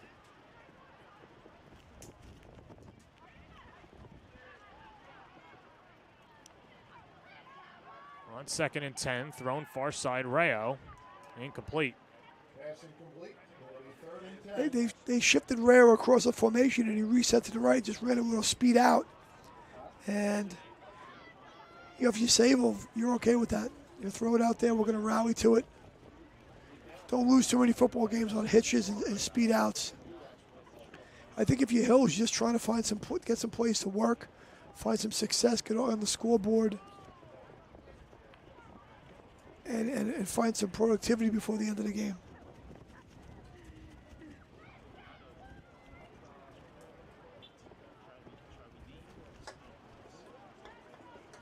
So on 3rd and 10, Colts looking for a score. Filardi thought about going deep, but pumps it near side to Jaheim Mason. And Mason scurrying forward will set up 4th and short. 4-yard pickup. It'll be 4th down and Off the blitz fly, he just checked it down to his back out right there. And Mason, one of those guys that's got really good hands for a running back as well.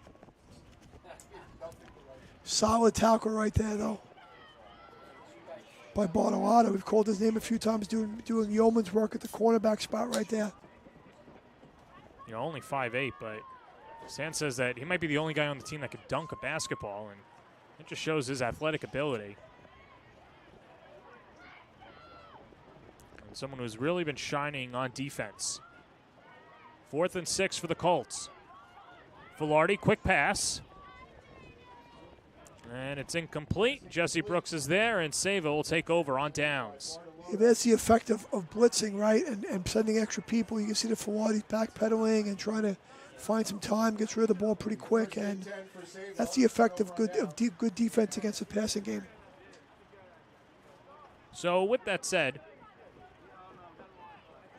Sayville now leading 27-0, and Luke Hansen back out on the field, and Hansen, one of those talented wide receivers, made an incredible one-handed catch last week. Celebrity doppelganger, a young Anthony Michael Hall. One meal for the rest of his life, mashed potatoes, Odell Beckham, Ryan Reynolds, and Drake. Dinner with 3 celebs. It's a very diverse group. Very range group, yeah. I like the kids have all mentioned very different people. That's awesome. So now Pat Cohn comes in at quarterback for Sayville. And his first give is to Kyle Messina, who takes it on 1st down. Like just getting Cohen some game time back, get him playing time. It's understudy there and a younger player, and get him in the game and get him the game experience. Because in the physical sport like football, guys are only a play away, right? You got to have your backup quarterback with game experience. So you're going to give it to some of them now. A couple series to play, it looks like, with 9:22 and running in the game. Get him a few series to play, get some snaps under his belt. Cohn, the cousin of Jack Cohn, only a sophomore, was on JV last year and brought up to back up Jake Triptree this year, and good experience for the future QB gunslinger for Sayville as he completes the pass on the far side to Noah Jabor. Trippy's on the sideline saying, wait a minute, you let him throw it? What's going on? The rain is really stopped right now, or very much lightened right now, so it's a little easier to throw it, looks like. Either way, it keeps the clock running. The fans who braved the elements here today for homecoming, they got the umbrellas up, but it doesn't seem certainly not as hard as it was coming down before. Well, and the wind's not helping either, Mike. No, it's pretty windy. Kudos to them for fans for hanging in here today. Homecoming here at West. On the give. And there's Messina again. Close to the 1st down marker. And Sayville will move the chains after the pickup of 7 for Kyle Messina. One thing about Messina, like every great back, you almost never, ever, ever see him landing on his back. He's always going forward. He's always landing pads down He's always landing forward.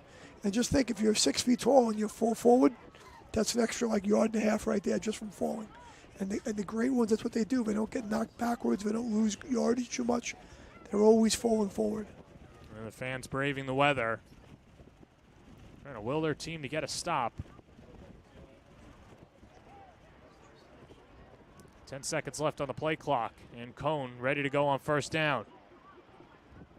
He's going deep, far side to Hansen, who hauls it in. What a throw. Cone to Hansen, and a huge pickup puts Sayville in Colts territory. He's been blocking all day, Hansen. They've had him in the box, that sniffer position, that tight slot position, and they reward him by throwing him a ball. And you can see Cone puts it kind of on the other side of him. He spins all the way around and wrong shoulders that ball off the spin and gets his feet down. Great catch. And a little reward for the man who's been a big blocker in the run game today, Hansen. 23-yard gain for the Golden Flashes. And here's Cone again. Airs it out to Contaldi, and it's intercepted. Michael Red with authority.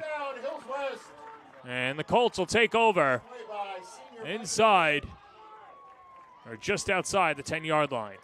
Good job by Michael Red. When that ball's in the air, it belongs to nobody. It's anybody's ball with the ball in the air. It's half mine and half yours. Whoever goes and gets it. And Michael Red high points that ball and comes down with it ahead of Cataldi. Michael Red, just a slick receiver and the better safety for Hills West. And those skills translating over to the defensive side and now giving the Colts offense another opportunity.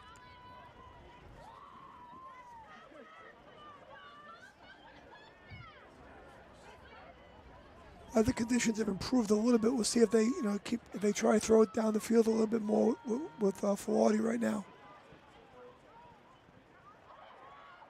Filardi flushed out, throwing off his back foot, darts it down the field, incomplete. Tried to strike lightning twice again with Red, but incomplete. 2nd and 10 upcoming. Filardi gets flushed out of the pocket and can't really set his feet properly and deliver the ball maybe where he wants to.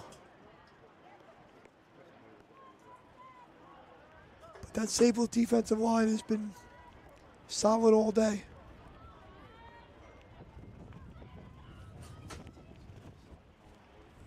They've just caused Filardi to hurry his throws. Always a lot of contact after the throws, and that made it comfortable for Joe Filardi. Curling around the end zone, completes it over to Brooks towards the first down marker. See if forward progress gives him that first down. Looks like they brought McCann down from the safety spot and brought him off the edge, and he was able to get around the Filardi and complete that pass. But you see Sayville's found a few ways to ratchet up the pressure, screwing the safety down and bringing him off the edge, sometimes bringing a backer on a little stunt inside with a D lineman, sometimes kicking that D lineman down and bringing the backer off the edge. A few different ways to create pressure if you're Sayville. They don't give Hills West the first down, so Filardi takes it himself, has to get around Francesi. Now a couple of other defenders shaking forward before Filardi is leveled by Keith Kolar. Tom McCann in there as well.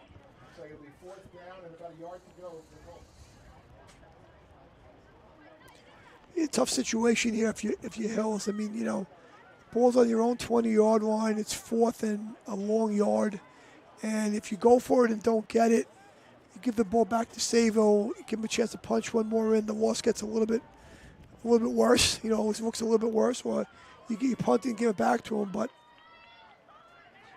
The nudge forward. Did he get it? Sayville saying he didn't get across.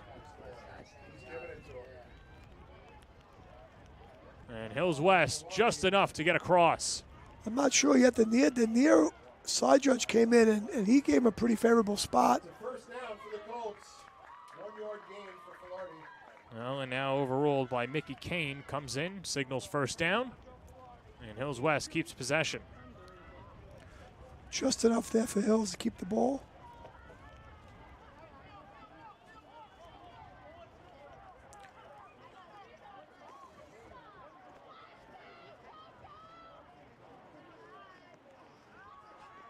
And so Filardi, quick pass, darts it over the middle. And there's Anthony Rayo, the hookup. Anthony Rayo from Filardi. Quick pass from Filardi to Rayo. Looks like another first down for the Colts. And that's one of those things about Filardi. He's so quick on his release that Hills West doesn't have to throw the ball so deep, but trailing by 27, they're going to have to, and that pass incomplete to Rayo. Good coverage by Luke Hansen.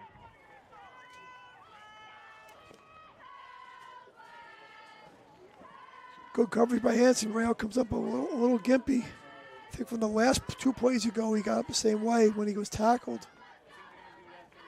Well, Hansen with a big catch, and his presence felt on the previous play.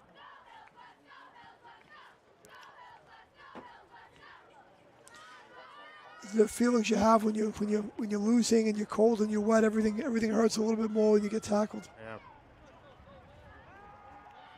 So Filardi shakes a few defenders and then skips it over the middle. And the pass complete. That's Mason Reich. Good job by Filardi right there, just shuffling his feet and moving around the rush and being able to get a first down. We're able to see a little more taste of Filardi's ability right now with the weather improving a little bit, even though it is very windy. Filardi lets it fly down the sideline towards Brooks, incomplete, and an entanglement with he and Holohan. Well delivered ball right there by Filardi, incomplete. Tight spiral.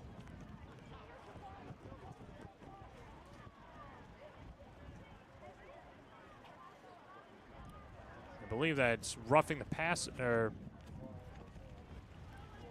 the penalty is there. Okay, that might have been roughing the. I agree with you, roughing the passer right there off the. Did you see anything else, Mike? Or I actually lost track. If I was following the ball a little bit, the pass, I didn't really see it behind the play. But the referees are right on top of it and called it right away. So this is the best possession really of Hills moving the football really in the game. It's the third or fourth first down. And this is against the number ones for Sayville too. It's not as if Sayville's emptying the bench and getting some momentum. Filardi off the blitz, spins it near side, and out of bounds. Well, I think if you're Hills West and you're gonna, we got a flag. Yeah, this looks like Bartolotta and Jaheim Mason both have their hands out as if they said something. And intentional grounding. How about that? Interesting. Mason was close. I kind of thought they had a player in the area, but interesting. But I think if you Hills West, when the game's over and you go back and watch the film and you coach Filardi and the staff, the blitzing that was, you endured from the Sayville front and linebackers and secondary plays screwing down. Blitzing is like, John, is like a lot of, when people see it on film and it's successful and it works against your offensive line, your pass blocking schemes, the next week, you're going to see it again. It's like getting a punt block. You get a punt block one week, you're going to see punt block come after you again next week until you prove to people you can get it blocked correctly. And I think they're going to have to work on that going forward. Filardi bombs it down the field, incomplete towards Rayo. And I think that there were some teams in Suffolk 3 looking at this game to figure out, okay, how can we stop Joe Filardi, and trying to figure out the secret sauce for Sayville, and they've got the tape on it now. Sure, the blitzing from Sayville's been very successful. And then how do you stop the Sayville offense? I really don't know, because today they in the game, in a situation where early in the game where running was required, they ran, and they ran well. And now you get them in a situation where the weather is better and they can throw the ball, it'd be very difficult to stop. Under 5 minutes to play in regulation, Filardi goes deep again towards Brooks. Not that time. Intended for Jesse Brooks from Filardi. It'll be 4th and 15. Good wheel route there by Brooks. He ran a quick out up the sidelines and just couldn't hook it up. But good looking route by Brooks. I think the wind had something to do with that one right there, that ball. You know, it's later in the game, and Hills West just airing it out now, hoping to catch a break. Didn't really see it a lot in the first half, and a lot of that probably has to do with the weather. More shorter passes, quick slants. But now Hills West is trying to cultivate any offense that they can, taking their shots. Early in the game, when the weather was poor, they threw some slants, some quick outs, some speed outs to try to get the ball in guys' hands quick, and they were all unsuccessful. Just so difficult catching the ball, playing pitch and catch. Filardi flushed out of the pocket, brought down. The Sayville defense steps up again. Dom Francesi lays the lumber. He was also knocked over by a slew of Sayville defenders, including Keith Kolar. Good coverage down the field. He had to pull that ball down. Filardi and the Sayville secondary had the receivers covered up well.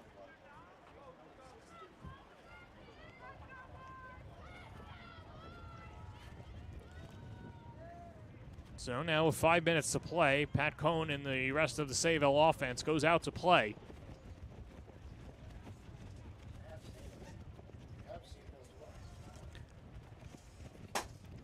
Looks like some different players heading into the game for Sayville. Yeah, as they start to empty the bench. Leo Mangiello checks in, going into the backfield, and some good opportunity for these guys. And I know it's a 27-0 game, but these coaches watch tape, and if you want to make an impression and start to gain some playing time, this is the time to do it. As Sayville marches forward, and Mangiolo, Leo, with his first carry, is a gain of 4. I think one of the things you notice for teams that are very successful year in and year out, are continually successful, yeah, they have a lot of great players and very consistent coaching. But when they win a lot of games like this, where it's 27-0 with 4 minutes to change to play, they're able to get some secondary players. Some of them are seniors, but some of them are also younger players. They get them valuable, game reps, live game reps that you can't replicate really in practice in football. And these guys will be starters, some of them next year, and they'll have high game reps and live reps in a bunch of games because they win a lot. And I think it's very true if you look at the teams that win all the time and have great records. This is what happens. Their backups get a lot of playing time, and they get a lot of reps. And when they start the season next year, I'm a first-year starter. But last year I had all these game reps, and they're incredibly valuable. Nicholas Figueroa comes in for Hills West as Luca Baggett with the tackle on Mangiello on the last play. I think Hills now is matching the Sayville substitution pattern, and both teams are now subbing and playing some of their backup players, which is great for those guys. On 3rd and 7, Cone the give to Mangiello. Bounces forward and is upended. Mangiello with the run. As that was Pahar. Pahar. It'll be 4th down and 4. So before we get ready for 4th down, one of those defensive players for Hills West, Elijah Congolo. Like we said, everybody loves Madden. Life's a game of inches, so is football. That's his favorite quote from any given Sunday. And then Micah Parsons, Kayvon Thibodeau, and Nick Bosa. I know I messed up the Giants' pronunciation. I apologize. He really likes the defensive players. Micah Parsons currently dominating in the NFL with his play at outside linebacker. And Bosa will pick up the check as Mangiello picks up the first down. Still on his feet. Ball comes loose. It's picked up, and Sayville scores. Dan Lahman, the senior, bounces into the end zone. And Sayville goes up 33-0 on the road. The kind of day it was, I think, for both Sayville and Half Hills, right? And a little bit of a microcosm right there. They wrap him up. He loses the football. Hills has a great chance to pick it up, and they don't. And there he is. Rahman for the touchdown.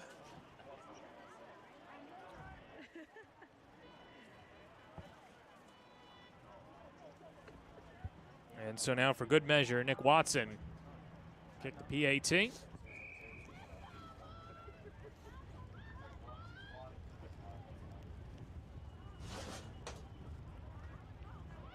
And Cone the hold. And the kick is good. 34-0 Sayville on the road. And with that, we'll take a quick break. 2:35 left in regulation. Sayville leads at 34-0 on the road on the Varsity Media Sports Network.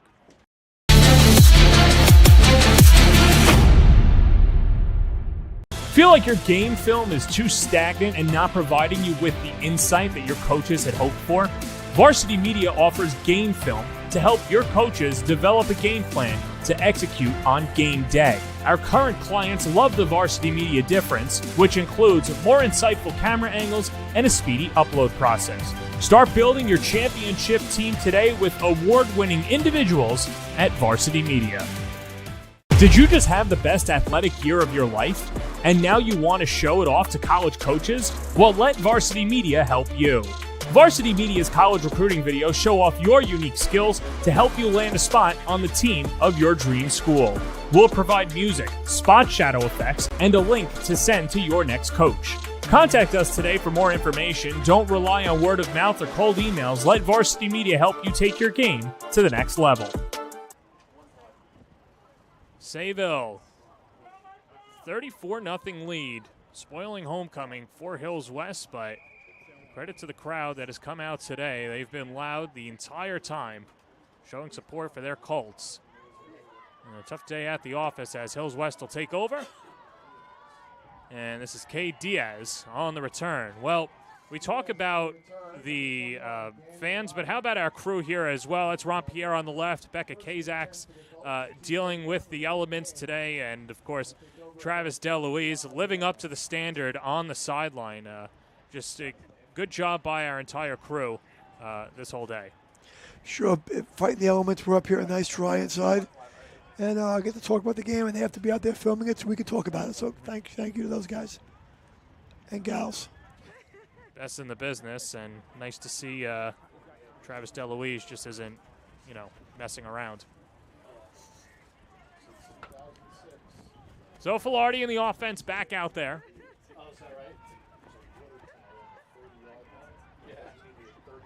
2:31 to play, and Filardi's been in motion pretty much the entire second half. Skips forward, has enough for a first down, stays in bounds, and they'll say that he stepped out of bounds and is marked at the 45-yard line. If you're Hills West right now, I know you want to find some positivity in the game and find some plays and get on the scoreboard, especially, right? Getting shut out is not a good experience, and but you want to keep Filardi healthy, right, as well, and make sure you have the play again with next week.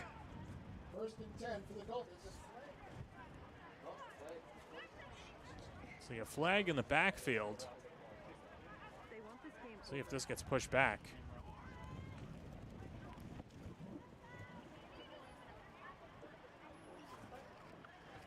Maybe it fell out of his pocket. Yeah.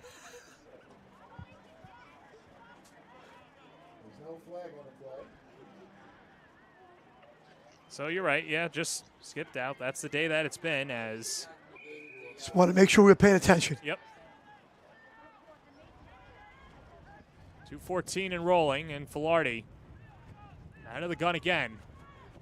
Quick pass and completes it to Rayo.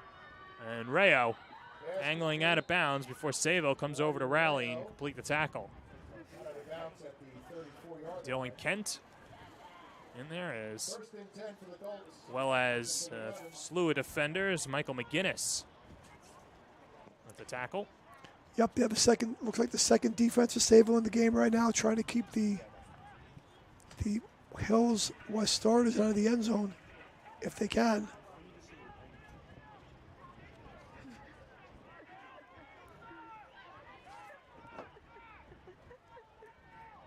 And Filardi on first down. Eyeing a few receivers. Now darts it, and it's caught inbounds. Michael Red angling the sideline. What a fantastic catch for Mr. Red. Sure, he had the ball kind of tapped his hands, and kind of batted the ball a little bit, couldn't really catch it on the first one. And as the ball started to come down, he was able to secure the catch and get his feet down. You can see there.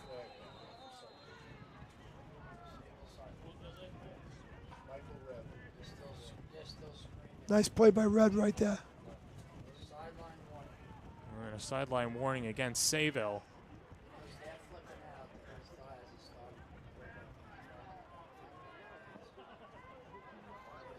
And so Filardi back out there.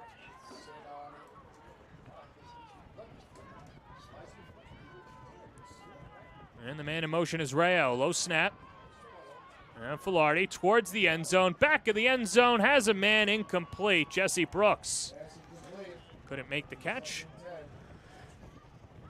Good ball by Filardi, just couldn't come down with it. Brooks.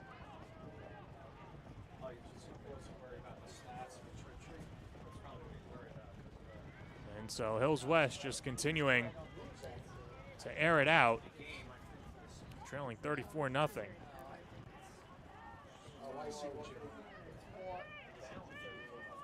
I think if you're Hills, you know, you're trying to get some positivity out of the offense right now, some productivity, and get them in the end zone and get something to build off of for next week because you still have a bunch of games left in the season to play. Filardi rolls around, has some space towards the end zone, incomplete. Threw it in the direction of Rayo.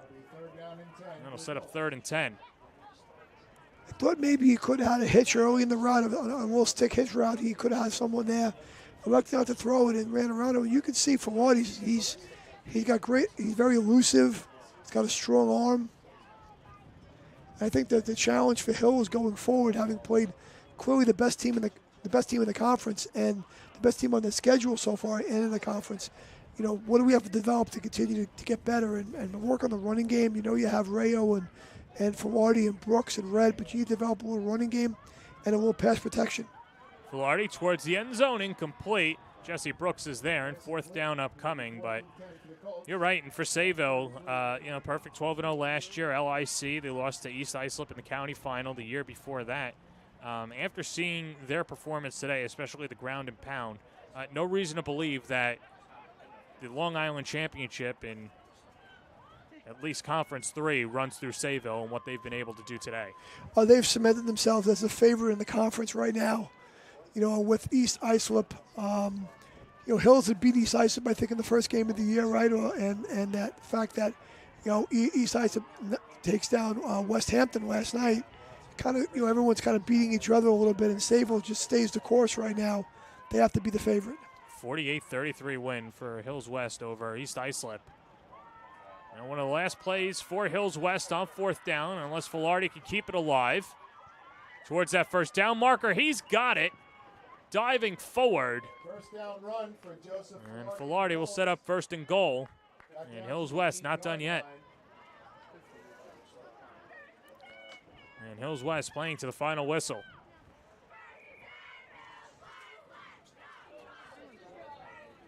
You're right, he's just so elusive, and I know the weather playing a factor, but no reason to sleep on Hills West even after this game. Sure, you have to be prepared to deal with, obviously Filardi throwing the football, and you have the ability to throw the football like they do. You're a challenge week in and week out. If they could build a little bit better running out a game into it and work on the pass protection. Towards the end zone, Brooks makes the catch and a touchdown. 8-yard touchdown catch for Jesse Brooks, his 7th TD of the season. And Hills West avoids the shutout as Brooks catches the TD. Sure, and I think that's the goal of Coach Filardi, of keeping the starters in the game, of just trying to something to build on for next week. You clearly were not the better team here today, and you're going to score indicates that. But what can we put on film that we worked on all week that we can work on for next week? And as coaches, coaches can only worry about what your team does, not what the other team does, and they elected to try to get a score on the board, and they did. Levy drills the PAT, and Sayville, as their lead dwindled 34-7, with 51 seconds to go in regulation. Well, next up on Varsity Media, boys soccer matchup. In the middle of the week, Oceanside taking on Syosset in Nassau County. Be sure to follow on youtube.com/varsity media. And here's the football slate up ahead. We're still out in Suffolk County, Bay Shore and Connecticut. Friday night, under the lights, St. Anthony Chaminade on Saturday, Wantagh Southside, Chaminade, Malvern, and Monsignor Farrell all on the road over the next few weeks. Syosset with a beautiful complex for that soccer game over there. You'll see their facility there. They, turf field and lights and a beautiful complex for a game there. And of course, with those lights, you can play at night, and that'll be a nice scene for the game. That's Wednesday coming up next on Varsity Media. And we'll see. Deep enough to get a return on it, and a very, very well blocked return. Take another look. Bartolota, a fantastic athlete. One of the fastest guys on the team, putting the flash in golden flashes, and let's see why. I know we did our speedy play of the game, but I mean, you could make an argument there for Bartolota going into fourth gear. This is one of those days with the weather conditions. There weren't a lot of opportunity for speedy plays, but we found a few. And of course, Messina is always going to give you a speedy play every now and then. So Pat Cohn, one kneel down. And we'll see if that's enough time, as that'll do it. Sayville comes to Hills West and picks up an important road victory to improve to 3-0 with a 34-7 win over Hills West. Kyle Messina scores 3 touchdowns in the victory as Sayville has their win streak improved to 15 games. And with that said, another 3-0 start for Sayville, as it's the 5th straight year they start the season 3-0. Clock has expired. We'll take a break. When we come back, we've got the So Hoodie postgame show here on the Varsity Media Sports Network. Hello, beautiful people. We all know Travis Hunter, right? We're headed to Jackson, Mississippi right now to announce his partnership with my favorite, So Hoodie. All of my OG subscribers already know about those hoods that I usually wear in all my videos. But if you're new here, it's called a So Hoodie. Basically, how it started was with athletes wearing towels on their head. No different from the innovation of a single arm sleeve or a leg sleeve. Boom! Take that towel off and throw a hood on. You could do something calm and just have the blank color to match your team uniform. Or you and a gang could place a team order to have the school logo on the side of it. And it's not just for players. The fans need some drip too. Y'all know I got my Iwiwi hoods up there and some other cool collabs, including this collab we're doing with Travis Hunter. So go check out the link in my description, and when you're ready to check out, go ahead and use promo code HA15. Are you a local business looking for new and creative ways to promote your company? Varsity Media offers affordable rates that can get your message across to a demographic of 18 to 54 years of age. Our follower base across social media is over 50,000 strong, and our viewership numbers per game are in the thousands. Don't blow your advertising budget on old staples like TV and radio media. Reach out to Varsity Media to get the best bang for your buck. Hey sports fans, did you know Varsity Media live stream broadcasts get viewed by college coaches nationwide? Through our announcers' storytelling and insight on your athletes, we can help your players get an edge on college recruiting. Find out how by reaching out to Varsity Media today, 516-403-2050, or email ben@varsitymedia.net. Feel like your game film is too stagnant and not providing you with the insight that your coaches had hoped for? Varsity Media offers game film to help your coaches develop a game plan to execute on game day. Our current clients love the Varsity Media difference, which includes more insightful camera angles and a speedy upload process. Start building your championship team today with award-winning individuals at Varsity Media. Hello, beautiful people. We all know Travis Hunter, right? We're headed to Jackson, Mississippi right now to announce his partnership with my favorite, So Hoodie.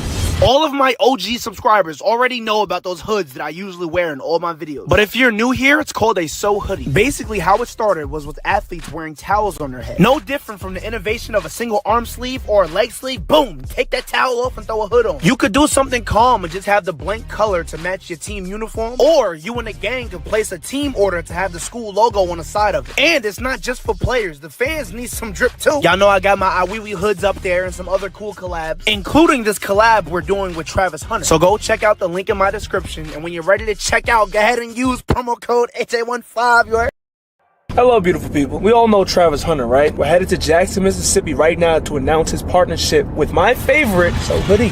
All of my OG subscribers already know about those hoods that I usually wear in all my videos. But if you're new here, it's called a So Hoodie. Basically, how it started was with athletes wearing towels on their head. No different from the innovation of a single arm sleeve or a leg sleeve. Boom, take that towel off and throw a hood on. You could do something calm and just have the blank color to match your team uniform. Or you and a gang could place a team order to have the school logo on the side of it. And it's not just for players. The fans need some drip too. Y'all know I got my Iwiwi hoods up there and some other cool collabs, including this collab we're doing with Travis Hunter. So go check out the link in my description, and when you're ready to check out, go ahead and use promo code HA15. You heard? Are you a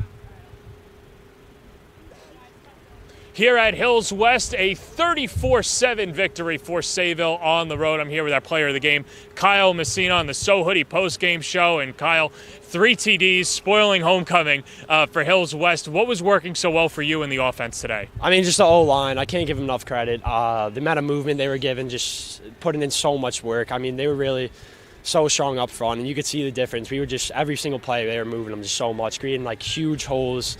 I couldn't really ask for any better. We knew that this was going to be a game that featured 2 of the best quarterbacks in the league. You guys were able to shut out Joe Filardi for most of the game. How was the defense able to do so? Just containing him. I mean, he loves to move, so just got to stop that. I mean, he's always on the move, so we really just knew we had to contain him. What does this win say for Sayville? Now 3-0, 5th straight year, and what does it say to the rest of Conference 3? We're back. We're back. The last 2 games, we haven't really been playing Sayville football, but we're here to play. All right, this is the So Hoodie post-game show, so for you being the player of the game, you get your own So Hoodie hood right here, so let's put that on right there. Perfect. So Hoodie, a proud sponsor of the Varsity Media post-game show. You can get your team order as well. Kyle's rocking it. Kyle has a look. It's beautiful. I love it. It's comfy. Perfect for the rain here. It's nice. There you go. So if you want to have a team order, you can go right now to sohoodie.com for individual and team orders. That's going to do it for our coverage here on the Varsity Media Sports Network. For our executive producer, Ben Turchin, our camera people, Travis DeLuise, Becca Kazix, Ron Pierre. For our technical director, Chris Sweeney, my partner, Mike Hungerford, Joe Giannotti on stats. This is John Perez saying so long.